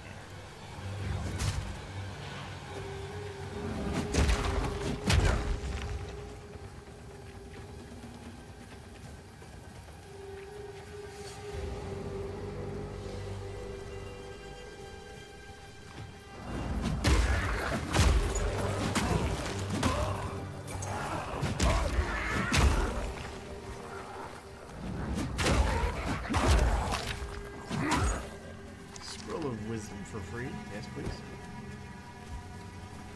What is this? This... The Red Veil. See how it's now in the bottom or southeast or southwest corner of the map? So funny because I forgot what east and west was on Perennial. It's so funny because I'm actually really good at directions and I thought that was hilarious. I was like, going the wrong way this whole time.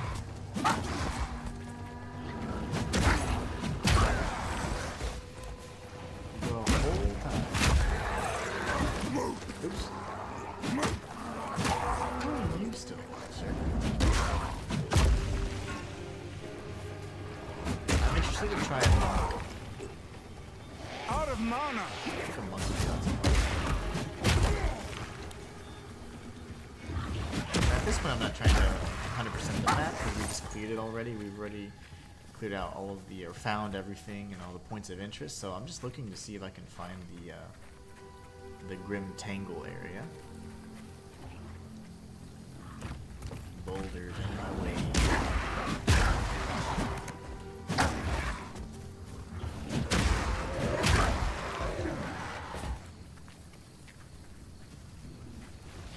Ooh, we got a unique enemy. Nice.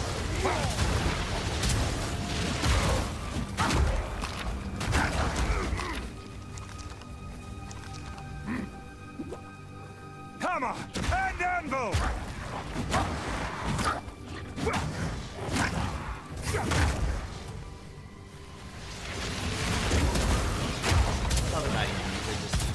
I thought it would be, I didn't see any additional loot. I didn't see a health bar, but yeah.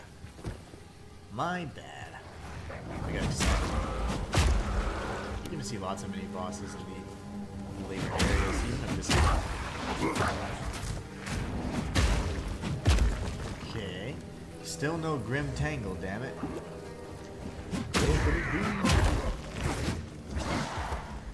No, you're all dead already, my bad.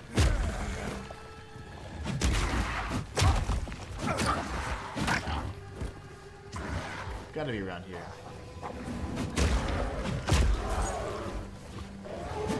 No mana.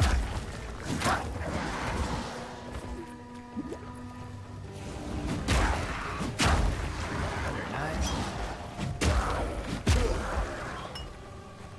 Gotcha. The rolling slam is like very satisfying to do. I thought it was gonna get pretty old. Hits really good. And I'm just so shocked at how, like, the visuals in this game, they look so good. And I imagine this is what, I think they remade Diablo 2 or there's Diablo 4 and I don't remember. I'm so bad at remembering all that stuff, but I don't keep up with certain games. But I imagine, I remember the graphics looking good. I didn't see any, but I saw the character creation, I was like, wow, it looks really, really nice. Might as well kill her again. Give me some unique drops in the state of cauldron. There's nothing.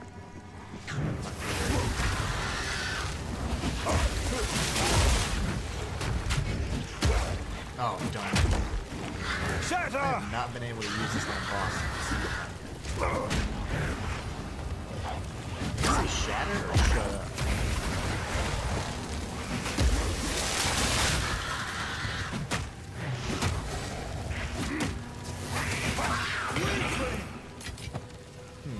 Okay. Interesting. Correct. Whoa.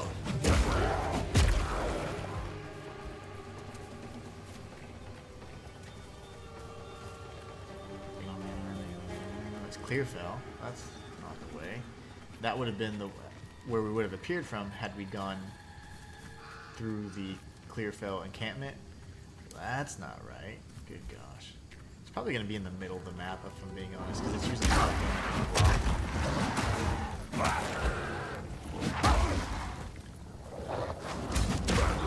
to force me to search the entire map, isn't it?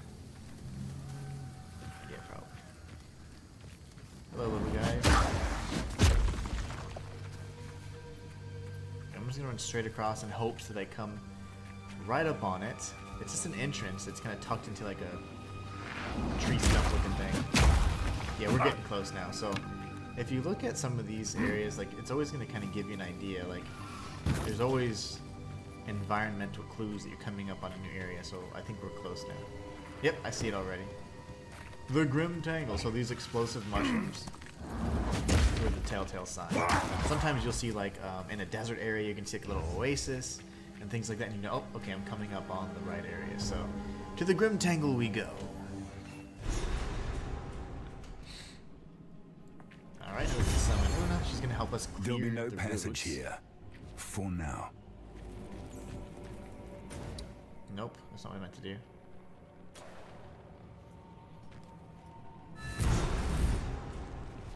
This part's really cool. Oh, whoops, I was gonna get some water. Una, do what you The gotta do. Fae spirits are still watching. I believe they will help us. Please, wait a moment. Okay.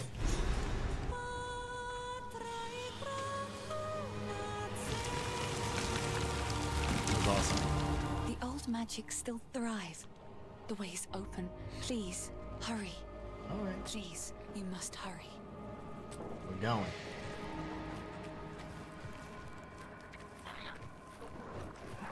Hammer and anvil! Very nice. Ow, gosh, that hurt. So again, new area, new types of enemies, new threats, new strategies you have to come up with. Those bloaters, they definitely explode, and they have like this corrosion type. It's corrosive or something. It hurts really bad, like acid. I've no more room. Ooh, fur plate? That's what I have on already. I'm looking way cooler.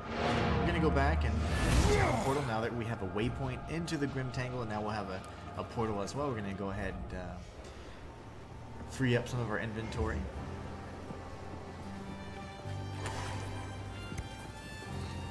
Right, Una's... yeah, she moved. Sorry, I was just... Oh, I like this one. She's so nice. She just likes anything you get. Really, you like this? Yes.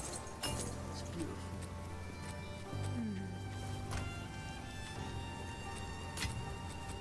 Very nice. Okay, am I level 16 yet? And strength. I think I should be. This will guarantee. So no, I wasn't level 16 in strength yet, but I'm level 25 now. And as we are able to kind of acquire these and get more passive skill points, I'm going to use them for the stun build up. And then we're going to see what kind of this does. Yeah, this looks great. Melee damage. I mean, this is good. We're definitely going to go all the way we can here. Okay, very good. A little bit of armor would be nice too, since we're so close.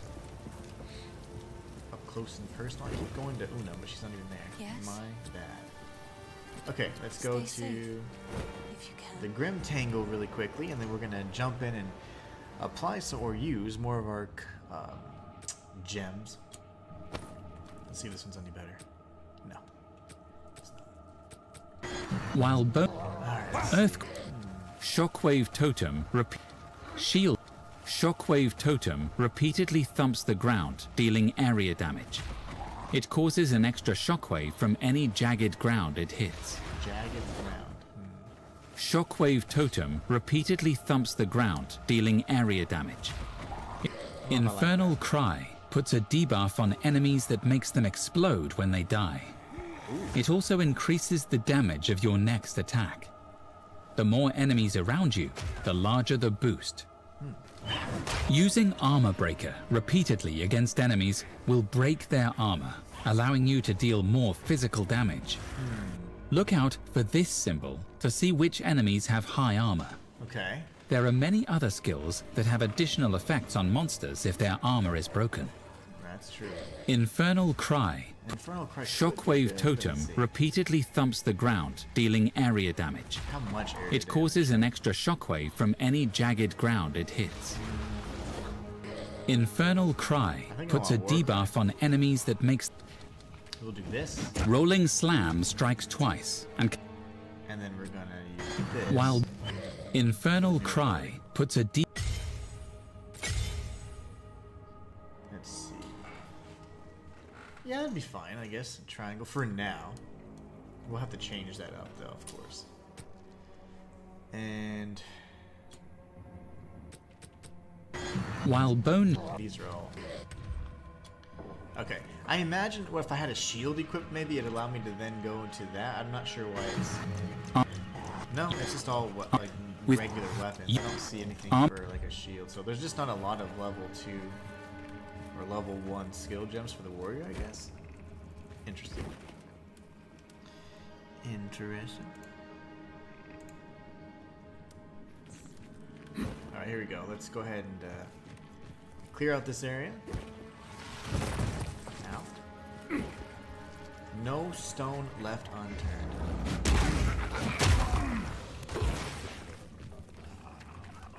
Dodge this!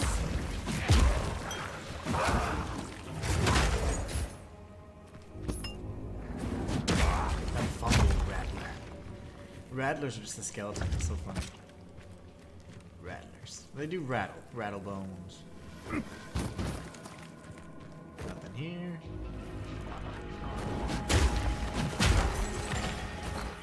I forgot how to play. Hold on.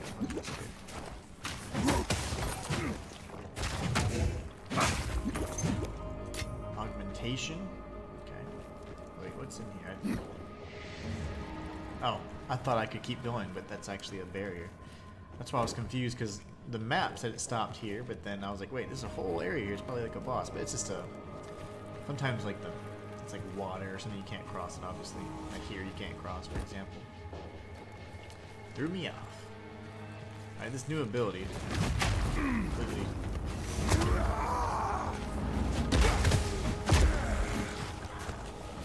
Out of I mana! like that. It's actually really strong. I think it takes up a lot of mana. I gotta double check that.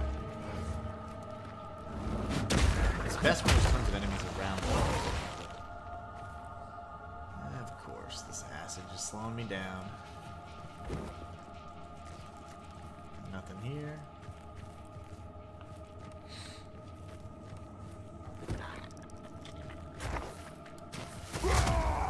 Yeah, it's very costly, actually. Very costly indeed. I don't want to spam the war crow. But it seems to definitely increase the power pretty well. I mean, we're killing everything in one hit right now anyway. I'm sure. I'm sure it's worth the cast.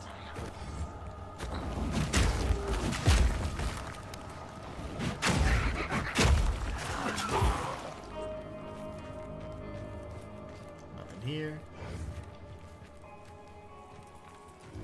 We're gonna find our way to like this crypt area. That's our ultimate goal, anyways.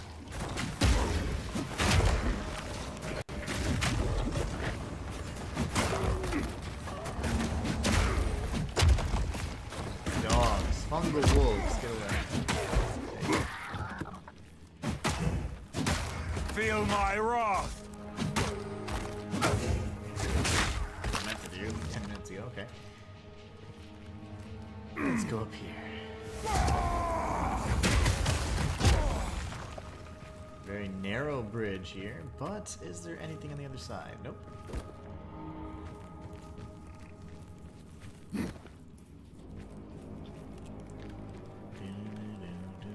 at the checkpoint. There's the boss coming up. It's like a rotten druid, I think, is what we fight. It's pretty fun. Really fun fight.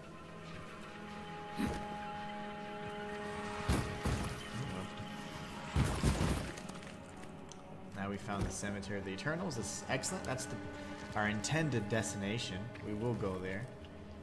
But we want to search the rest of the map. I like to clear out the entire map, do any of the side quests, defeat any of the mini-bosses, or any of the, like, the elite enemies.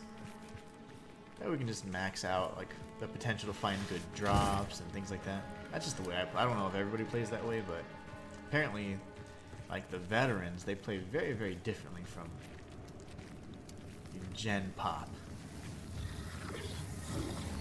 Hello? By Venomous! Is that the Wandering Druid? Holy damage, man. No mana. Huge.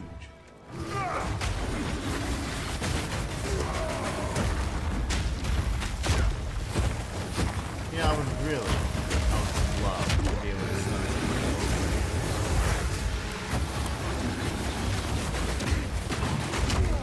Do it. Good damage. Need mana.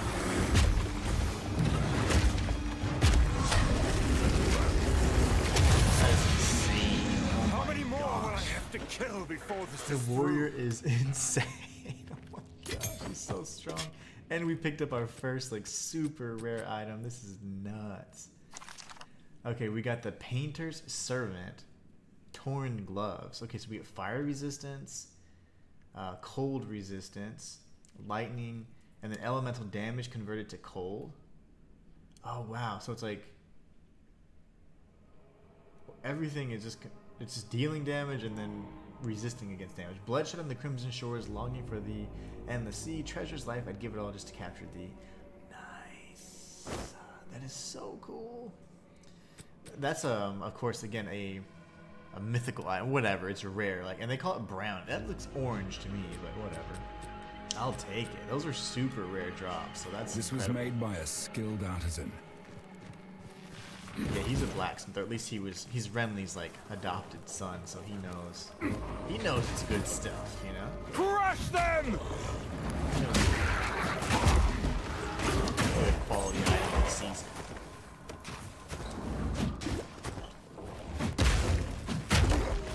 Like, dude, you quit that.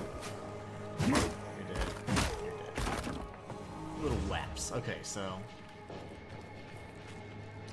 that's a dead end. So we can come around this way. I'm so glad I got another.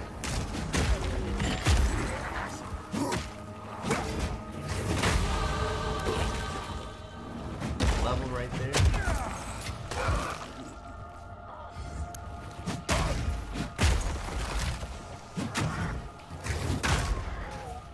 Scroll of Wisdom, and what else? Dead end, okay. So we've pretty much finished out this area. I'm just gonna come up and around here. Close off this little tunnel, there you go. Now that's connected for my CD. Come back around. And then we gotta circle around this kind of southeastern quadrant.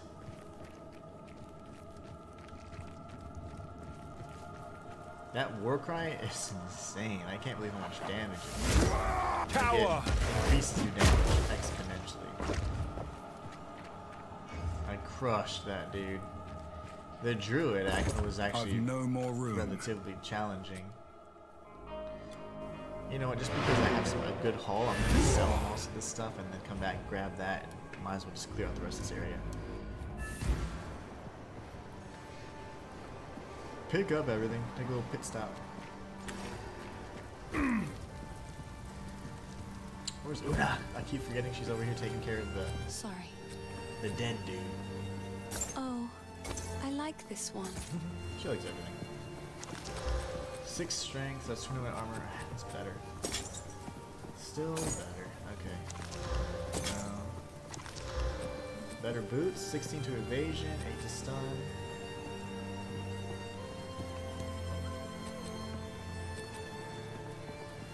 Let's change those out. I will treasure it. Alright. Goodbye. Goodbye. Currency. Oh, nice. We need a support gen. That's not bad at all. Okay. So this skill gen I While can't really both- use right now, but I can use this. All right. So we have some good stuff here. That's just our standard mace strike.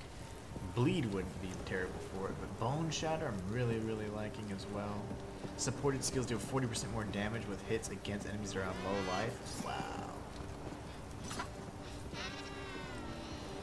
Supported skills create an aftershock when they heavy stun an enemy, dealing the same damage to enemies within 1.4 meters. I mean, this is insane.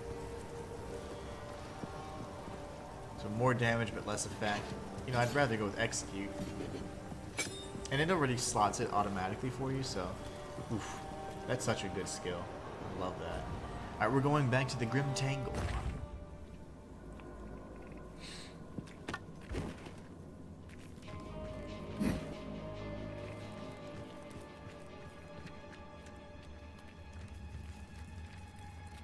Watch the explosive flora and fauna. The zombies definitely explode too.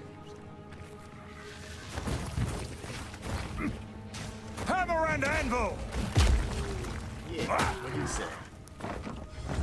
And that's about it, huh? There's just this little nook right here.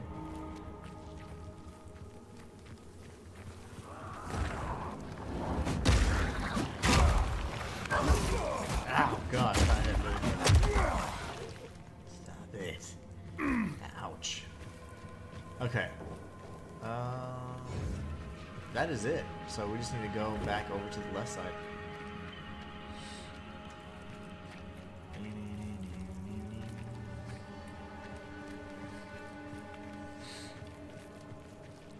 Yeah, this part of the map, or this map in general, is very separated between like the right half and the left half, so that's pretty interesting.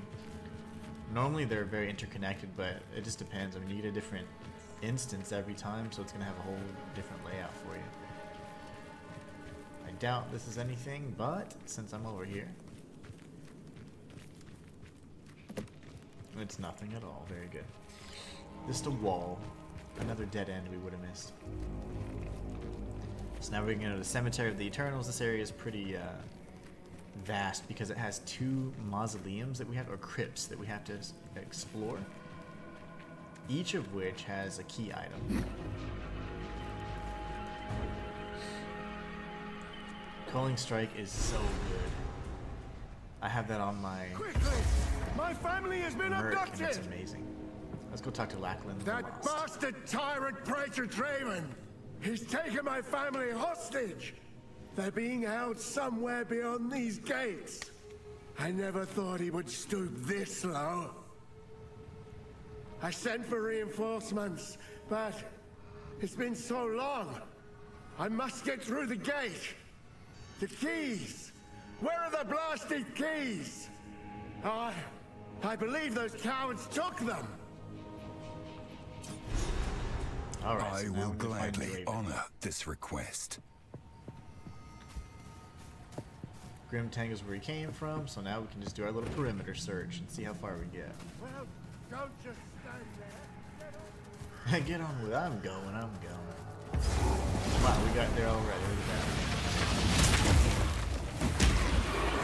I don't know why I forget to L1 that sometimes. Execution. Alright, so Our victory is never complete, so long as the Ezamites resist us. Let this graveyard erase their stain on the land. well, that's not very nice.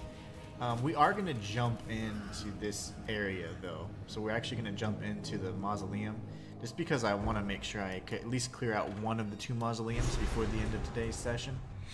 Man, it's crazy how fast time flies. But then we'll go back and we'll explore the actual cemetery proper. Cosmic says, oh damn, hey, I didn't know you were streaming. Just beat DS3, amazing peak game now out of 7, only DS2 left, and I quit at Iron Keep. You will revisit DS2 and you're going to enjoy it. Just take a break from it, and what's the next game on the list if you beat DS3? Dodge this! These guys were very difficult as a merc. Their shield actually reflects projectiles back. So man, it was tough. It was tough getting used to that.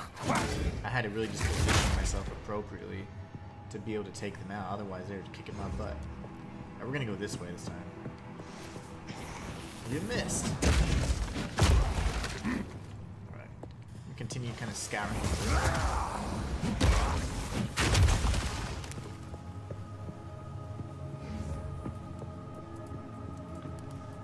Martin Clark says, so the full game is released next year? Yeah, it's going to be like maybe 6 to 8 months.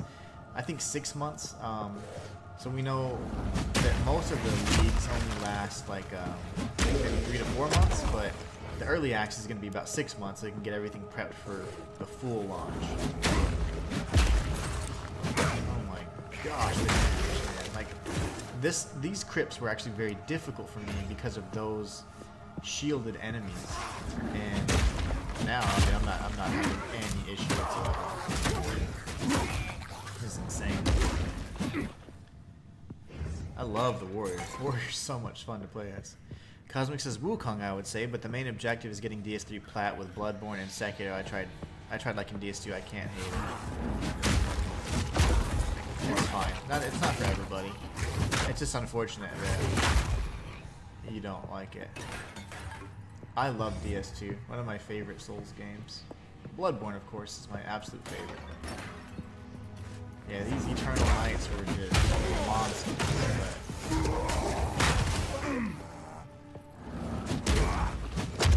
Oh wow, the Rusted Great. Oh, I need to take you out. There you go. Go to sleep. And I'm going to continue kind of searching the perimeter so I can get a good idea of how large this area is. There's actually going to be secrets in these crypts and mausoleums, so you don't want to miss out. You don't want to go straight to the objective. The rest of the place is fine, but for me, I'm a completionist, so I want to explore all the nooks and crannies. They put them here for a reason. I love doing all this exploration. I'm never going to be the kind of guy that just rushes through a map and leaves all these unexplored areas. It's just not my style. And this game and these types of games allow for all different types of styles. So you can just like rush through and level and do all that stuff, power level kind of thing, or you know, you can enjoy everything and the little detail the game has to offer. And I'm the latter group, of course.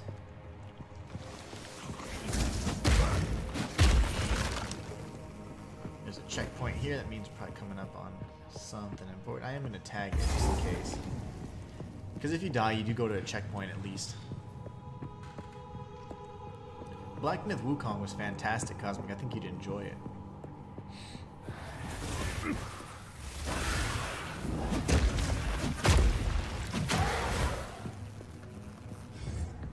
When you are shocked or afflicted with the shock status, you do take more damage, and it's a lot more damage. So since we're already kind of exploring that other side, might as well just finish up this area then. Come back around and go to the right.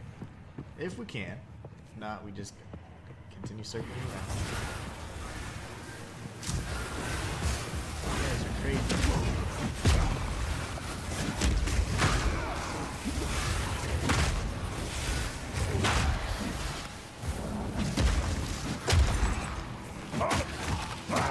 Dang lightning. I'm telling you. If you're watching my health, it got really low several times because lightning enemies just deal tons of damage. So it's always nice to have that resistance if you can, but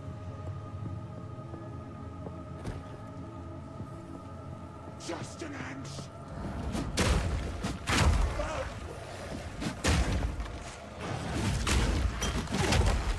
you're not even getting a chance to do anything. Using projectiles against the Eternal Knights though is absolute pain. They actually, return projectiles right back at you. Need mana. That's huge damage. I can't yet. Oh, I don't. Oh, I cooldowns for too long. That's okay.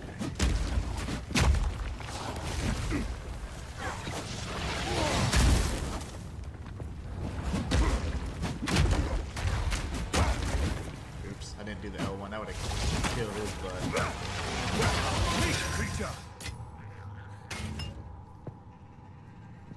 Ooh, a Rusted Cuirass. What are you doing?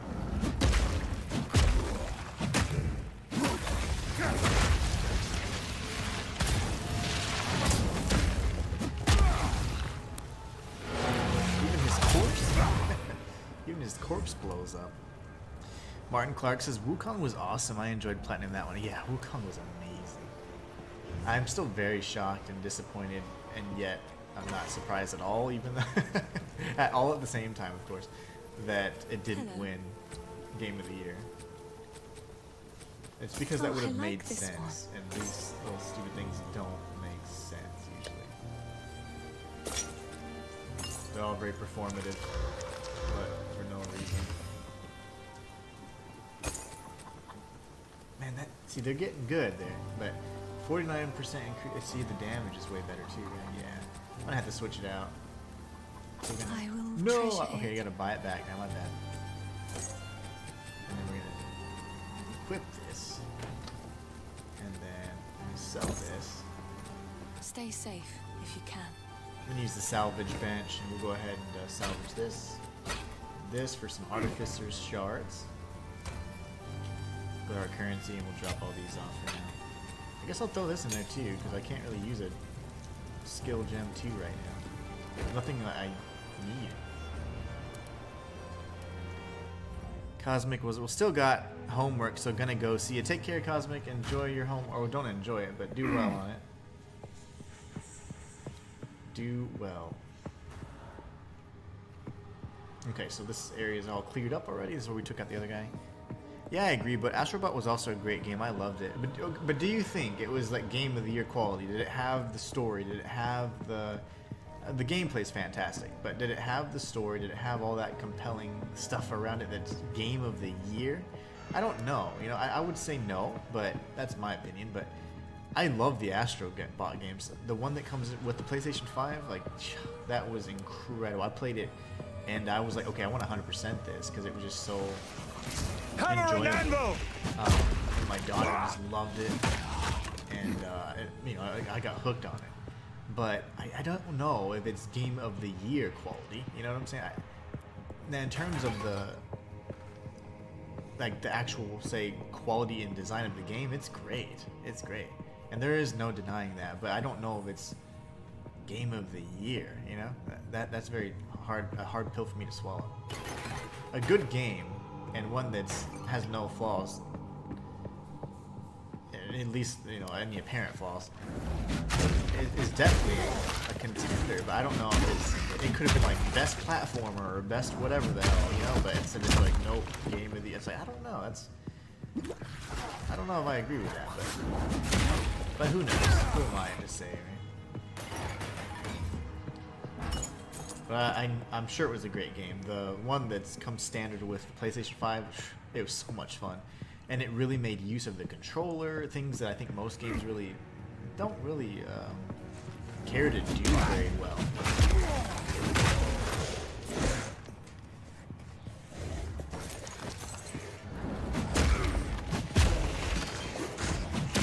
I'm going to catch one shot in just a minute. Let me take out these guys real quick.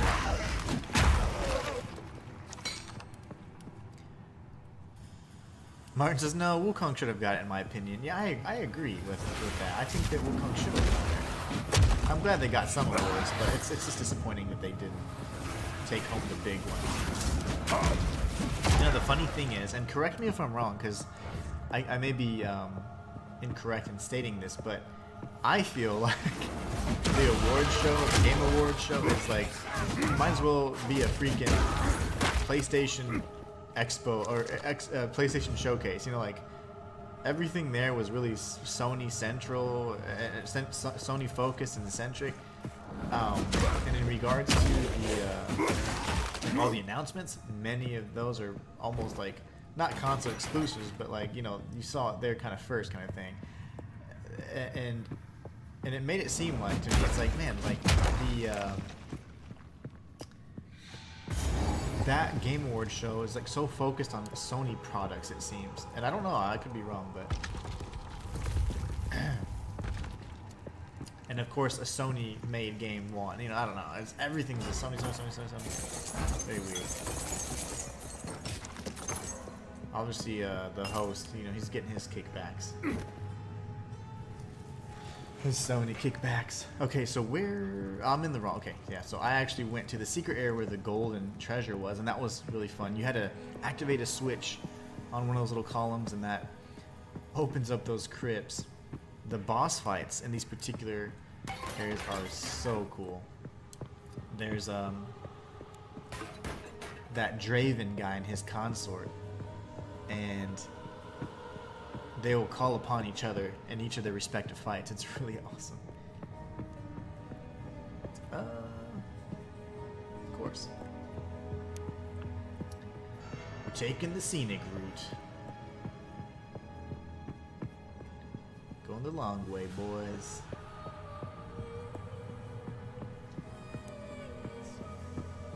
Which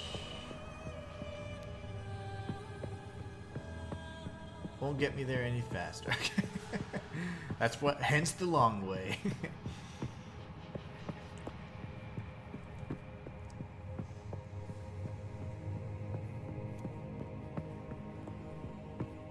I need a way in.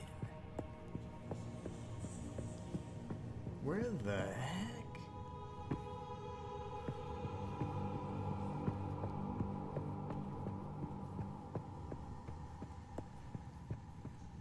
Well, it's definitely ducked in there somewhere. That's all closed off. Let me just see, because I don't see the lines there. Okay, it's not closed off. Okay. Oh, that's my bad. Oops. That was the checkpoint. Okay. It wasn't closed off. This boss fight is awesome. Carry soul for my collection. You I thought shall the die console first. slowly.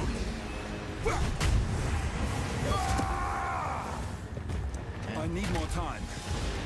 Your Darn it. meaningless life ends now. Anvil! Cut down. Almost died. Spirits are mine. Missed. Oh, he had his little stun Eternals meter. will never surrender. That damage is just disgusting. There's the Your console. soul is mine. Meaningless life ends now. Rend your soul.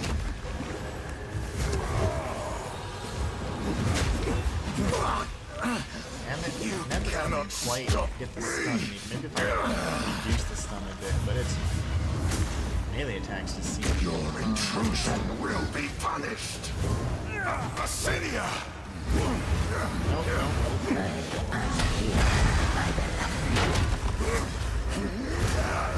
I died, but barely. Maybe we can try our little ability then. Damn it. That was so close. Boom! Breaks the crit. You can't fall down there, by the way. I thought you could. Carry soul for my collection. You shall die slowly.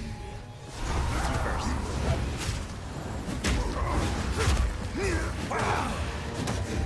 These spirits are mine. The Eternals will never surrender. Cut down. Your meaningless life ends now. Cut down. Your meaningless life ends now. You cannot stop me.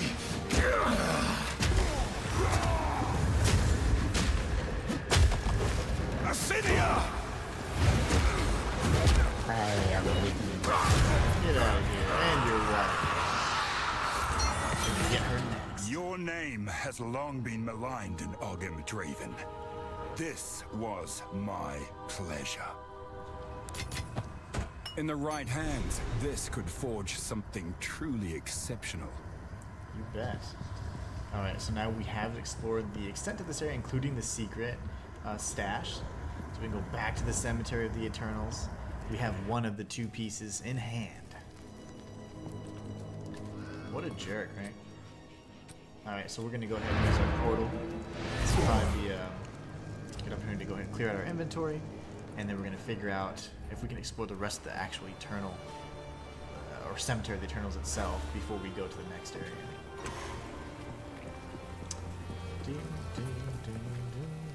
Sorry, I was Indiana just Jones game elsewhere. deserves some win as also. That game's fantastic. I mean, I can't play it yet till next year, but if anything, Xbox deserves to win that one. Is it so? Did it just come out, or what's the story behind that? I'm not too familiar. I know that somebody was asking me about it, and they said, "Oh, is that something you'll play?" And I was like, "Nah, I don't. I mean, Indiana Jones okay. I'm just not like the biggest fan of that necessarily." Over 2 seconds. Yeah, I like that. Equip.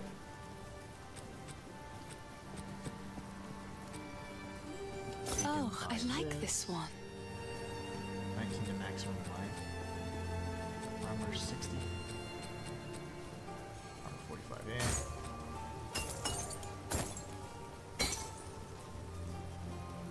These require dex. 27 and 147. 8 to armor is on here. Oh, I like this one. Alright, let Stay me safe. do this. If you can. Actually, we'll go to the salvage bench. It's a timed exclusive release on PS5 next year in spring. Oh, okay, okay.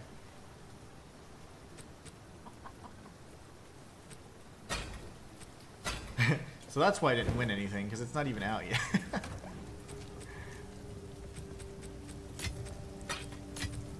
But soon. Very soon. How come it won't let me equip it? Oh, level 10. Okay, my bad. Jeez. I was like, it's not letting me equip it, and it's slightly better. Okay, so. Fine. Oh, it is out now. It's a timed exclusive release. I see, I see. It releases on PS5 next year, so it's timed exclusive for Xbox and PC. My mistake. That completely went over my head. Hammer and anvil! Completely went over my head. These guys were tough with my mercenary.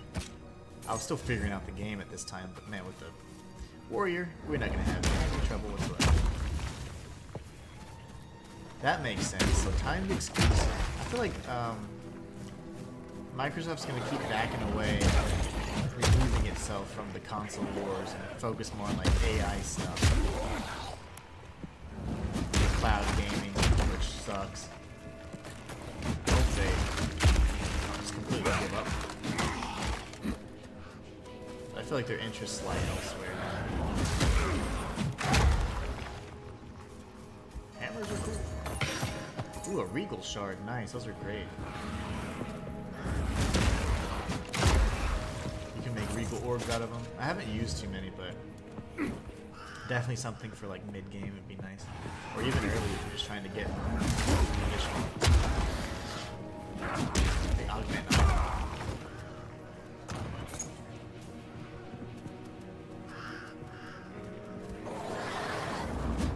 Crazy wolves. The wolfies.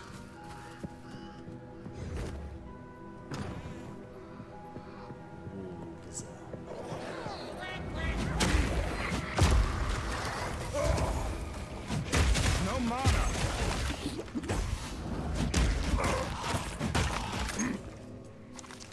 So the earthquake is kind of like one of my other abilities where, for the other file I have, where in a situation you gotta make sure Hammer that and anvil! the enemies kind of stay in that particular radius, otherwise it's not very effective.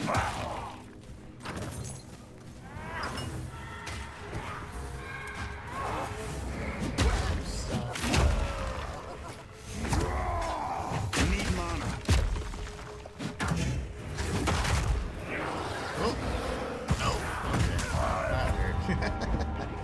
I was like, yeah, that's gonna be bad. Dang it.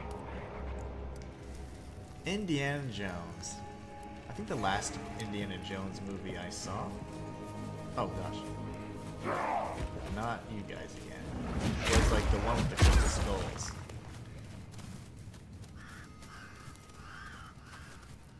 I think it's a fun series, but I'm just not the biggest fan of it necessarily.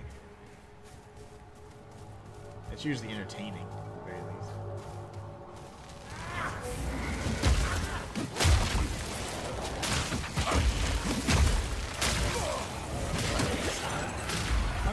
me!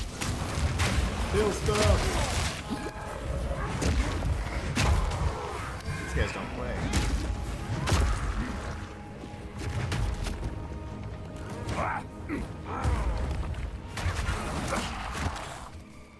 4 seconds. I have to do something about that. We gotta reduce the skill duration. Like, desperately.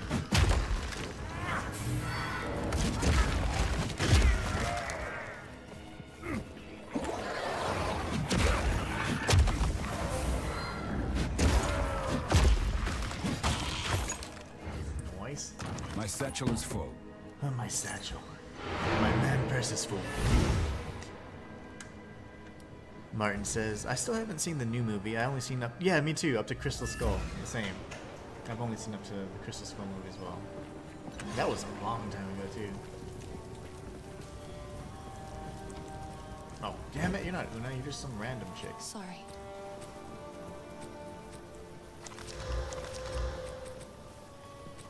Armor and shield.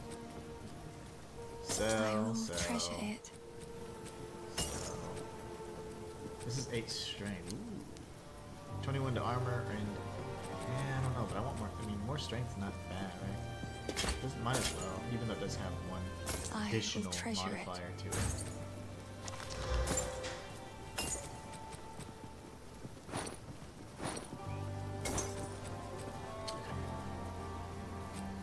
Bye. Okay, so you're good. Might as well drop this off in the stash. Since we're already here, I can't believe those giant pike-wielding enemies just smashed me to death.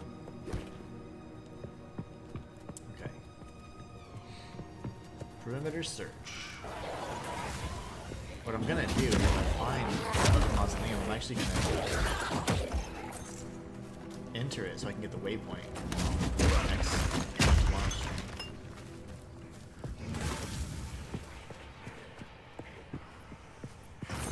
Y'all have Dodge goodies. this! Hungry and stalker. You guys are Whoa, no, thank you. Was it a death knight or a stalker? It's probably a death knight, actually. Completely rocking the world. Fire. The crystal skull.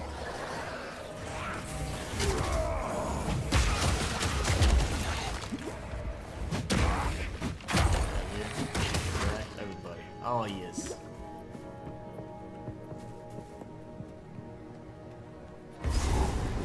No ice. Let this be a testament for all time. The Eternal Empire stakes claim over this land, both in life and death. Whatever. Alright, now we're gonna go in here. I'll tag the waypoint and we'll get through as much as we can. Hopefully we can defeat her before the end of the stream. I think we have time. I'm confident. I will put the Eternals back in their graves. That's what I'm talking about. Drake and Oros.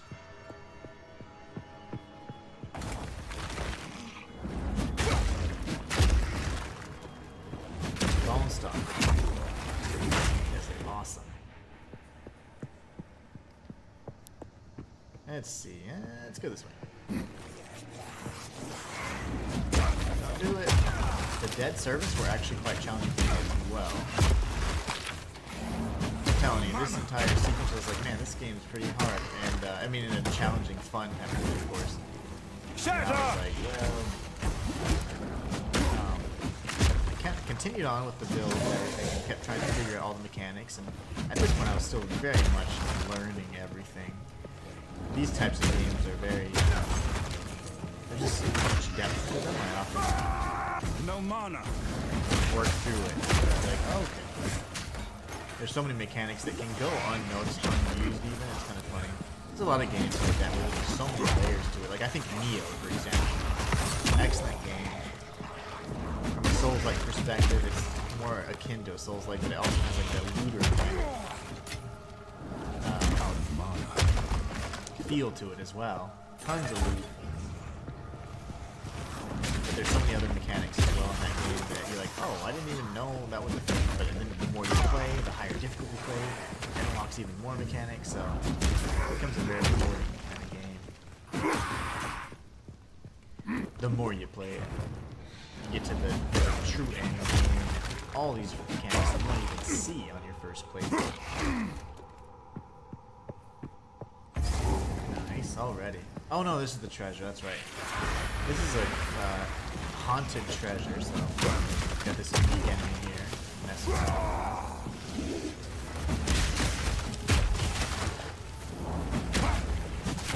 Immune to stun? What is your problem, sir? This has a bunch of stun resistance, I guess. He's dead.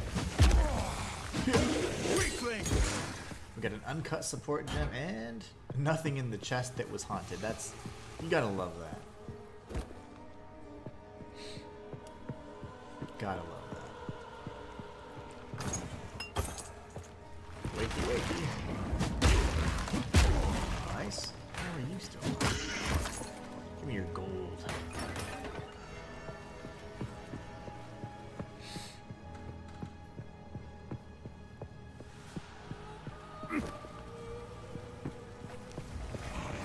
Nice.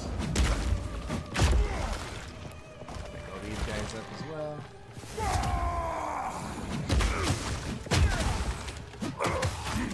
Very good, okay. Making some progress. Steel yourself!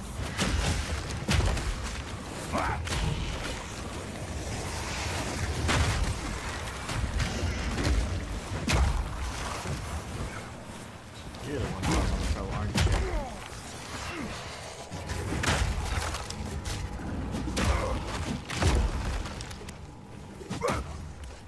You know, one thing I'm not paying attention to is if the stun meter ever goes down. Oh, it does, yeah, certainly. Well, actually, I don't know. It goes down after it's filled, but I wonder if it goes down over time. I don't remember. Like, it's not something I... Usually I build up the meter so quickly, I don't pay attention to it. I'm gonna do that next time. Does the stun meter go down over time? That I don't know. Nice. I've nowhere to keep that.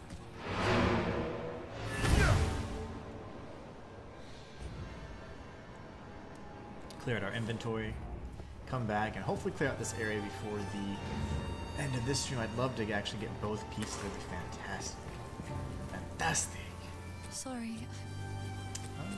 Identify. Oh, I like this one. Go away. 150 life over 2 seconds. Why is that so good? Oh, I like this one. 127. Okay, so that's... Ooh, that's not... 120... Yeah, that's way too much. No, you can have it. I'll let you keep that one. Refill our flask, because we did change the flask. So even though you come into it, the safe zone, and you activate the well, if you change your flask, you need to reactivate it. Otherwise, you're going to go back to the dungeon without any help. Eternal Nights.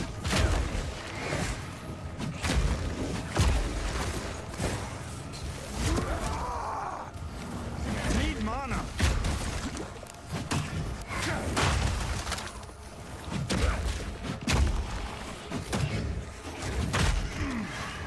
Really? Oh, it's you.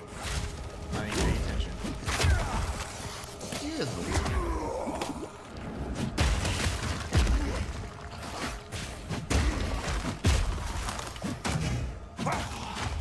Hammer and anvil!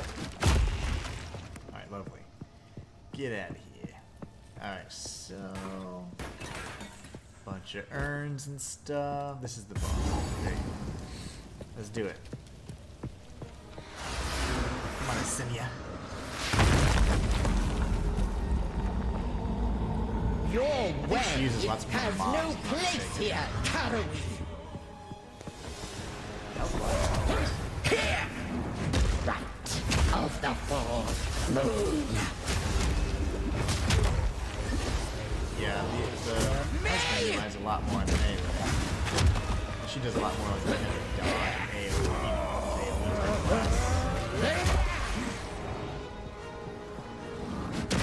Need mana. My love, I call to you. No, don't call him. He's fine. Sacrificial soul. Prison of bone. Oh gosh. I'm stuck.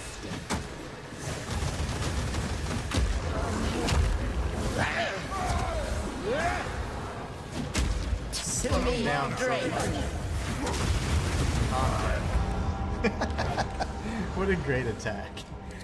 I was slowed down by those little tendrils. Not cool, bro. Alright, here goes. Try that again.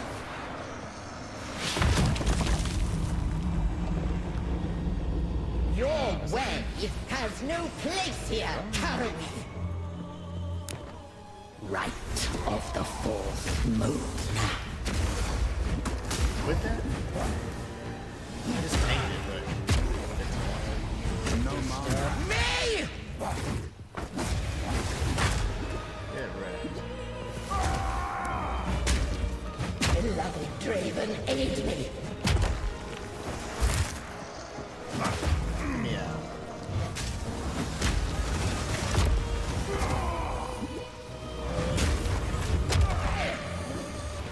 No! My love, I call to you. You missed me. Hammer and anvil.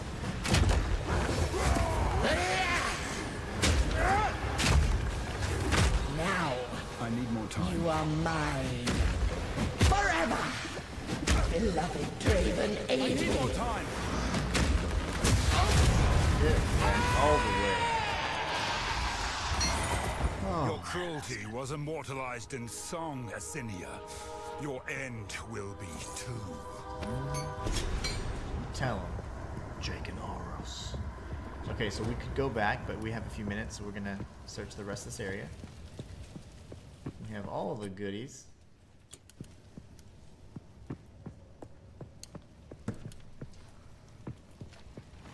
Risen Matter.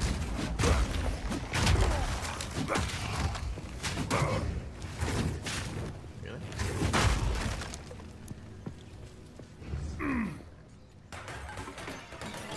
Bunch of urns.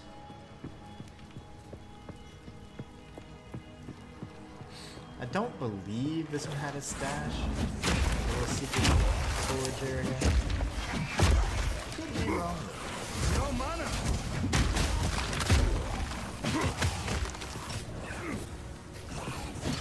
Totally be wrong. Some summon there.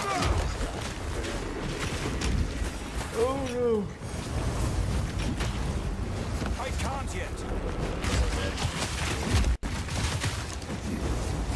I didn't know you were a boss.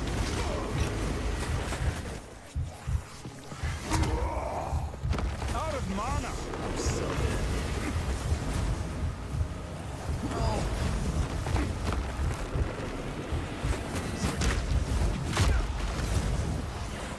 Maybe if I kill you guys.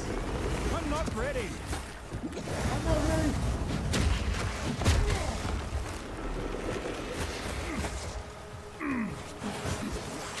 Oh, there's no way.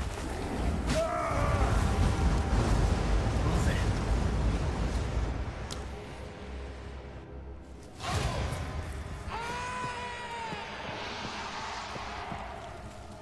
Okay, I was say you didn't give me any more loot, right? I never died there before. This after I defeated it, so I was like, wait.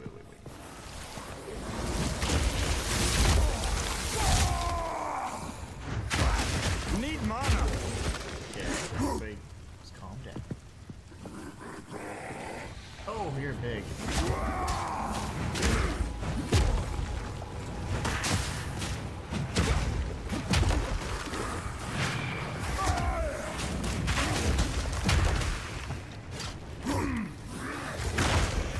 Need mana.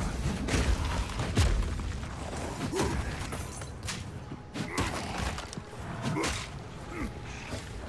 guys are so not real fire spells. Get out of here. Break.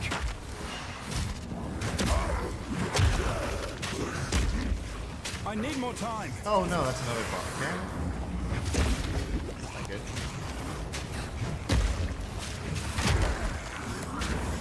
I'm slowed down so hard.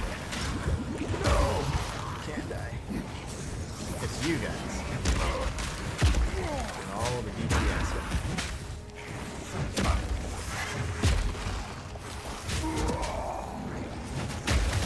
No mana.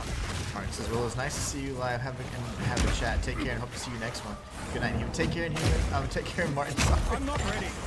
I was reading my satchel name is full. in the chat. Take care, Martin. Have a great rest of your week if I don't catch you next time. But yeah, I'll be streaming tomorrow, and hopefully catch you then. Thanks so much for stopping by. I really appreciate it. Always nice I've to nowhere have to keep that. you know, just a welcome chat with a great person.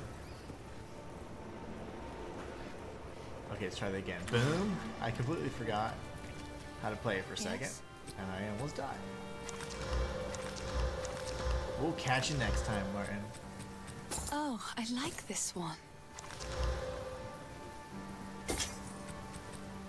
I mean, whatever, right?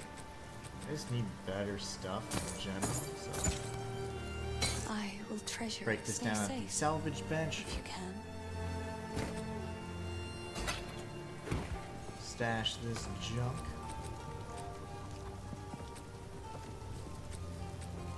Currency. I'm not even sure what those are. What is that? Improves the quality of a wand. Oh, okay. That's specific to certain items.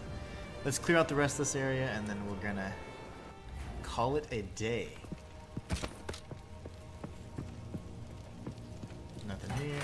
Some bros, right? No bros. I thought there's gonna be skeleton bros in there, but instead that's where they threw the elite enemy. Lovely.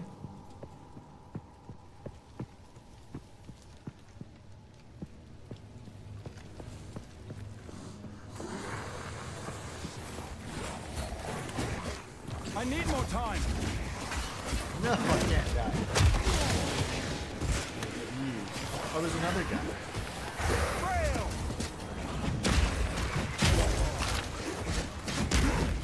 Out of mana.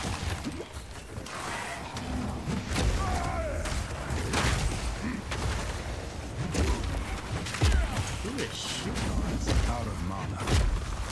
Get out of here. I've nowhere to keep that. This is not cool.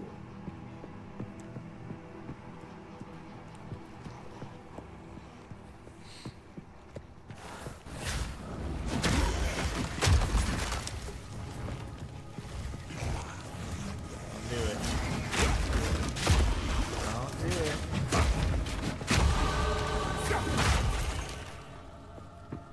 Level 11 achieved.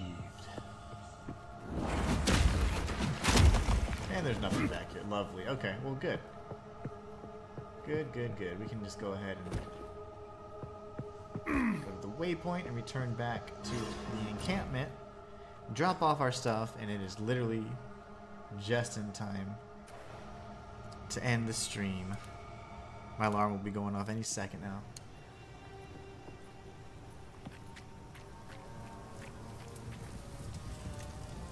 Oh, damn you. Una.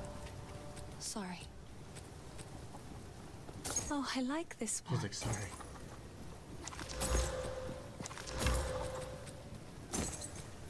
Bye. Go get some artificer shards. Salvage, salvage. Got those in currency. Kill the alarm. And what is this gem right here? Support gem. I like it. Okay, earthquake. Yep, fast forward would be great. That's would be real good.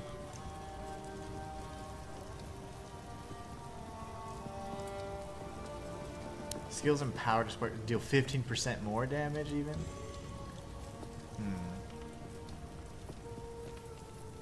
We'll have to look into that. We'll look into that for the next time though.